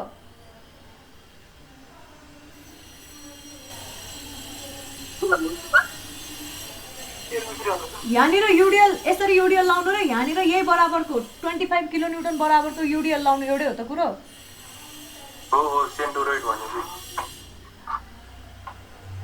यहाँनिर 25 किलोन्युटन बराबरको पोइन्ट लोड लाउनु र यहाँनिर यो युडिएल लाउनु एउटै हुन्छ कुरा युभिएल के एउटै युनिफर्म हुनु पर्यो पोइन्ट लोड लाउन अघि भर्खरै युनिफर्मली डिस्ट्रिब्युटेड लोडमा मैले के भनेको थिएँ तिमीले यो पोइन्टमा लोड लाउनु यसको इन्टेन्सिटी बराबरको लोड लाउनु भनेको यो र यो सेम हुन्थ्यो त यो दुईटालाई सेम भन्न मिल्थ्यो मिल्थेन किन भन्दाखेरि यो सेगमेन्टमा हेर्ने भने ओभरअलमा हेर्ने भने सेम भन्न मिले पनि यो सेगमेन्टमा हेर्दाखेरि चाहिँ ओभरअल हुन्छ नि ओभरअल बडीलाई हेऱ्यो भने जस्तै कि ओभरअल बडीलाई म हेर्दैछु अहिले मलाई यहाँनिर टोटल नेट रियाक्सन मात्रै हेर्दैछु भने यो भन्न पाइन्छ होइन तर यो बडीमा आउने रियाक्सन यो बडीमा कस्तो खाले डिस्प्लेसमेन्ट आउँछ यो बडीमा कसरी मेरो सियर फोर्स भ्यारी गरिरहेछ योलाई सियर फोर्स भन्ला रे यसरी माथिबाट लागेको फोर्स यो सियर फोर्स कसरी भ्यारी गरिरहेछ भन्ने कुरा हेर्नको लागि यो भन्नु र यो भन्नु सेम होइन क्या बुझ्यौ भनेपछि यो भन्नु र यसको ठाउँमा होइन यसको ठाउँमा नट इक्वल भने मैले है यसको ठाउँमा यो लाउनु सेम होइन क्या 25 किलोन्युटन फोर्स लगाएँ मैले यहाँनिर 2 × 5/3 मा लगाएँ अरे यो भन्नु सेम होइन है ओभरअल हेर्दाखेरि सेम होला तर यही मेम्बरलाई हेर्दाखेरि कुन बेलामा चाहिँ नट इक्वल रे भन्दा यो मेम्बरलाई हेर्दाखेरि यो मेम्बरको नाम एबीसी रे एसी मेम्बरलाई यो बी पोइन्ट बी भयो when we look at internal force distribution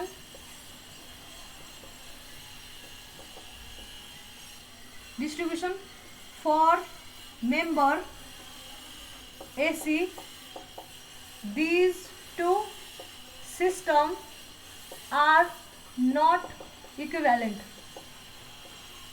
यो मेम्बरलाई हेर्ने हो भने यसको इन्टरनल फोर्सहरु कसरी डिस्ट्रिब्युट हुन्छ भनेर हेर्ने हो भने यो केसमा यो दुईटा केस इक्वल होइन भन्न खोजेको बुझ्यौ when we look at internal force distribution यहाँनिरको फोर्स डिस्ट्रिब्युसन भएको र यहाँनिरको फोर्स डिस्ट्रिब्युसन उस्तै छ त यहाँ त लोड बढ्दै गछ यहाँनिर हेर्दाखेरि त यहाँबाट यहाँसम्म जाँदाखेरि त लोडै लागेको छैन स्वाट्टै एकैचोटि लोड लागेको छ एक्चुअलमा त्यस्तो होइन तर ओभरअल केसलाई हेर्ने हो भने त्यो केसमा चाहिँ यसलाई र यसलाई इक्विभ्यालेन्ट भन्न मिल्छ तर यही मेम्बरमा हामीले फोर्सेसहरु इन्टरनल फोर्सेसहरुको डिस्ट्रिब्युसन हेर्ने हो भने त्यो बेलामा चाहिँ इक्विभ्यालेन्ट भन्न मिल्दैन बुझ्यो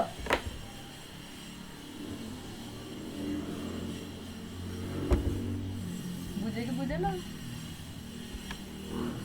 बुझे म्याम त्यो बढ्दै जाने भएर सानसानो पार्टलाई त भेराइ यसमा हेर्दाखेरि त हेर न यहीँनिर त लोड लागिरहेको छ नि त लाग्न त यहीँनिर लोड लागेको छ यहीँनिर त यहाँसम्म यति लोड लागिसकेको छ यहाँसम्म आउँदा यति लोड लागिसकेको छ नि त तर तिमी ओभरअल सिस्टमलाई हेर्ने हो भने चाहिँ यो सबै लोड लाउनु भनेको बीमा इक्विभ्यालेन्ट लोड लाग्नु बी पनि हैन बीमा नि हैन अलिकति गोरै रहेछ है बी यहाँ कतै छ हैन ए बी त यहाँ छ सी अलि पर छ यो पोइन्ट अरु नै कुनै हो है यसलाई र यसलाई चाहिँ कुन बेलामा इक्विभ्यालेन्ट भन्नु मिल्छ रे भन्दाखेरि अरु नै कुरै हुन्छ नि एक्सटर्नल फोर्सेसहरु टोटल फोर्सेसहरुलाई हेरिराछौं भने सिस्टममा लाग्ने सबै फोर्सेसहरु टोटल फोर्सेसहरु चाहिँ कति बराबर हुन्छ भनेर हेर्दाखेरि चाहिँ यसले दिने टोटल फोर्स भनेको यति नै हो पुरै टोटल फोर्स चाहिँ यति हो खाली यहाँनिर लाग्ने फोर्स अलिकति फरक यहाँ लाग्ने फोर्स अलिकति फरक यहाँनिर लाग्ने फोर्स अलिकति फरक हो तर यतिले टोटल फोर्स दिने यही हो र यति बराबरै हो भने पोइन्ट लोडले दिने टोटल फोर्स ठ्याक्कै यही लाग्नुपर्छ र यही पोइन्टमा लाग्नुपर्छ भने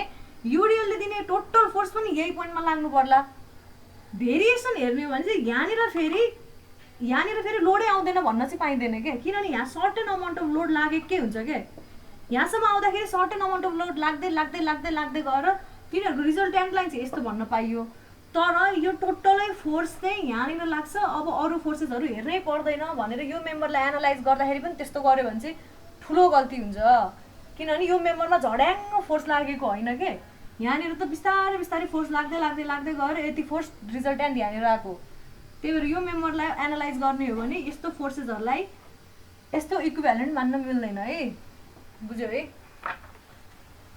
युनिफर्मली भ्यारिङ लोड पनि हेर्दै जानु पर्यो एकैचोटि ओभरअलमा हजुर के अरे भाइ एकैचोटि ओभरअल हेर्नुभन्दा पोइन्ट वाइज हजुर त्यो मेम्बरलाई हेर्दाखेरि चाहिँ जस्तै कि होइन भन्न खोज्या कस्तो भन्न खोज्या भन्दाखेरि तिम्रो होइन होइन त्यही पनि एकचोटि सुन न म अलिकति बढी बुझाइदिन्छु पछिलाई काम लाग्छ कि जे गरे नि यो सबै एनालाइज गर्ने यस्तै कुराहरू हो यति धेरै ठुलो क्यालकुलेसन छ यसमा you have no idea what is coming यस्तो खाले सिस्टम छ है यहाँनिर यसरी लोड लागेको छ अरे तिमीले अब यहाँनिर रियाक्सन अननोन भयो नि यो के हो हिन्ज हो कि होइन यो हिन्ज हो यो रोलर हो है भर्खरै हेर यहाँ रोलरमा एउटा रियाक्सन आउँछ आरवाई आर यो बी भने मैले यसलाई ए भने पोइन्ट आरबिवाई भने मैले बी पोइन्ट पाउने वाई यसलाई भने आरएवाई भने यता अर्को के आउँछ अर्को आरएएक्स पनि आउँछ अब मलाई के गर्नु छ भने यो रियाक्सनहरू पनि अननोन हो नि कति रियाक्सन आउँछ मलाई थाहा हुँदैन है रियाक्सन कति आउँछ थाहा हुँदैन त्यो केले दिन्छ लोडले दिन्छ नि होइन लोडको कारणले रियाक्सन आउने हो कि होइन लोडले यसरी थिच्न खोजिरहेछ यो सबै थिच्ने लोड हो डाउनवर्ड डिरेक्सनमा यो लोडले थिच्न खोजिरहेछ भने यसको कारणले आउने रियाक्सन क्यालकुलेट गर्दैछु रे अब यो केसमा चाहिँ यसलाई टोटल लोड यो पोइन्टमा ठ्याक्क 2/3 एक्ट गर्छ भनेर जान पाउँछौ कि तिमी यो आरबिवाई र आरएवाई क्यालकुलेट गर्दा हरेक पोइन्टमा हेर्न पर्दैन तिमीले आरबिवाई नै क्यालकुलेट गर्यो डन आरएवाई पनि डन आरएएक्स पनि डन सबै क्यालकुलेट गर्यो रे अब त्यसपछि तिम्रो काम तिमीलाई अझै फर्दर काम के गर भन्यो रे भन्दाखेरि यो मेम्बरमा फोर्सहरू कसरी चेन्ज हुँदै जान्छ त यो मेम्बरमा फोर्सेसहरू कसरी आउँदै जान्छ त भन्ने कुरा हेर भन्यो भने अब के गर्नुपर्छ भन्दाखेरि पहिला सुरु यहाँनिर पनि फोर्स लागेको छ यहाँनिर पनि फोर्स लागेको छ इन्टर्नल फोर्स है भनेपछि यो रियाक्सन आरएवाईको कारणले इन्टर्नल रियाक्सन आउला यस्तो खाले यति भ्यालु बराबरको इन्टर्नल रियाक्सन होला अनि त्यसपछि बिस्तारै त्यति नै हुँदै जाला त्यति नै गएको छ नि त कुनै नै लागेको छैन यति बराबरै लागेको छ भनेपछि एउटा ठाउँमा यति लागिसकेपछि यति नै भ्यालु गयो ठ्याक्क यो पोइन्टमा पुगिसकेपछि हेर है ठ्याक्क यो पोइन्टमा पुगिसकेपछि के भन्छ तिम्रो लोड यो भनेको इन्टर्नल रियाक्सन माथितिर जाने यसले के गर्यो रेजिस्ट गर्यो अब यहाँनिर यति लोड लागेको छ भने यति नै बराबरको रियाक्सन पनि आउँछ इन्टर्नल रियाक्सन आउँछ यति नै बराबरको किन जति लोड लागेको छ त्यति नै बराबरको रियाक्सन त आउने हो नि जे भयो नि त्यो त सधैँभरि ट्रु हो नि यति नै बराबरको रियाक्सन आउँछ भनेदेखि यही भ्यालुलाई लिएर जानु पर्यो तर यो भ्यालु कस्तो छ भन्दाखेरि सिधै यहाँनिर गएर यहाँसम्म सिधा गएर अनि यस्तो गर्न पाइएन के यहाँनिरबाट सिधा लोड लागेछ भन्न पाइँदैन के यो केसमा पोइन्ट लोड जसरी ट्रिट गर्न पाइएन यो मेम्बरलाई हेर्दाखेरि चाहिँ अब के गर्नु पर्यो भन्दाखेरि यहीँदेखिबाट चेन्ज हुँदै हुँदै हुँदै हुँदै हुँदै हुँदै हुँदै हुँदै हुँदै गछ भनेर मान्नुपर्छ भन्न खोजेको के ठ्याक्कै यहाँसम्म चाहिँ सिधै गयो अनि यहाँबाट चाहिँ यसको रिजल्ट्यान्टको कारणले तल आयो भन्न पाइँदैन यस्तो केसमा पोइन्ट लोडको केसमा मात्र त्यस्तो गर्न मिल्छ भन्न खोजेको यो कुरालाई डिटेलमा मजाले बुझ्दैछौ तिमीहरूले तर कन्सेप्ट चाहिँ याद हुनु पर्यो युनिफर्मली डिस्ट्रिब्युटेड लोड र युनिफर्मली भ्यारिङ लोडलाई पोइन्ट लोड जसरी ट्रिट कुन बेलामा गर्न पाइयो भन्दा रियाक्सनहरू ओभरअल सिस्टमलाई हेरेर रियाक्सन क्यालकुलेट गर्दा गर्न पाइयो तर यसरी कुनै पनि त्यही जहाँनिर लागेको छ त्यही पोइन्टमा हेर्दाखेरि चाहिँ त्यसलाई कसरी पोइन्ट लोड जसरी ट्रिट गर्न पाइँदैन युनिफर्मली डिस्ट्रिब्युटेड अथवा युनिफर्मली भ्यारिङै ट्रिट गर्नुपर्छ है अब अरू कुरा पछि आज गरौँ मजाले रटेर आऊ के रटेर आऊ भन्दाखेरि रियाक्सन मैले रोलर यसरी देखाउन साथै तिमीहरूले रियाक्सन ठ्याक्क यहाँनिर हुन्छ कता कता हुन्छ ठ्याक्कै भन्न सक्नु पर्यो यस्तो खाली स्ट्रक्चर ड्र गर्न साथै यसको रियाक्सन सबै लेख्न सक्नु पर्यो यसरी यो मजाले पढेर आउने डिग्री अफ फ्रिडम भनेको के हो यो पनि पढेर आउने बुझेर आउने है अरू कुरा पढाउनै पाइएन यार कति थोरै कुरा पढाउनु पाइयो नि त गुना सरको क्लास छैन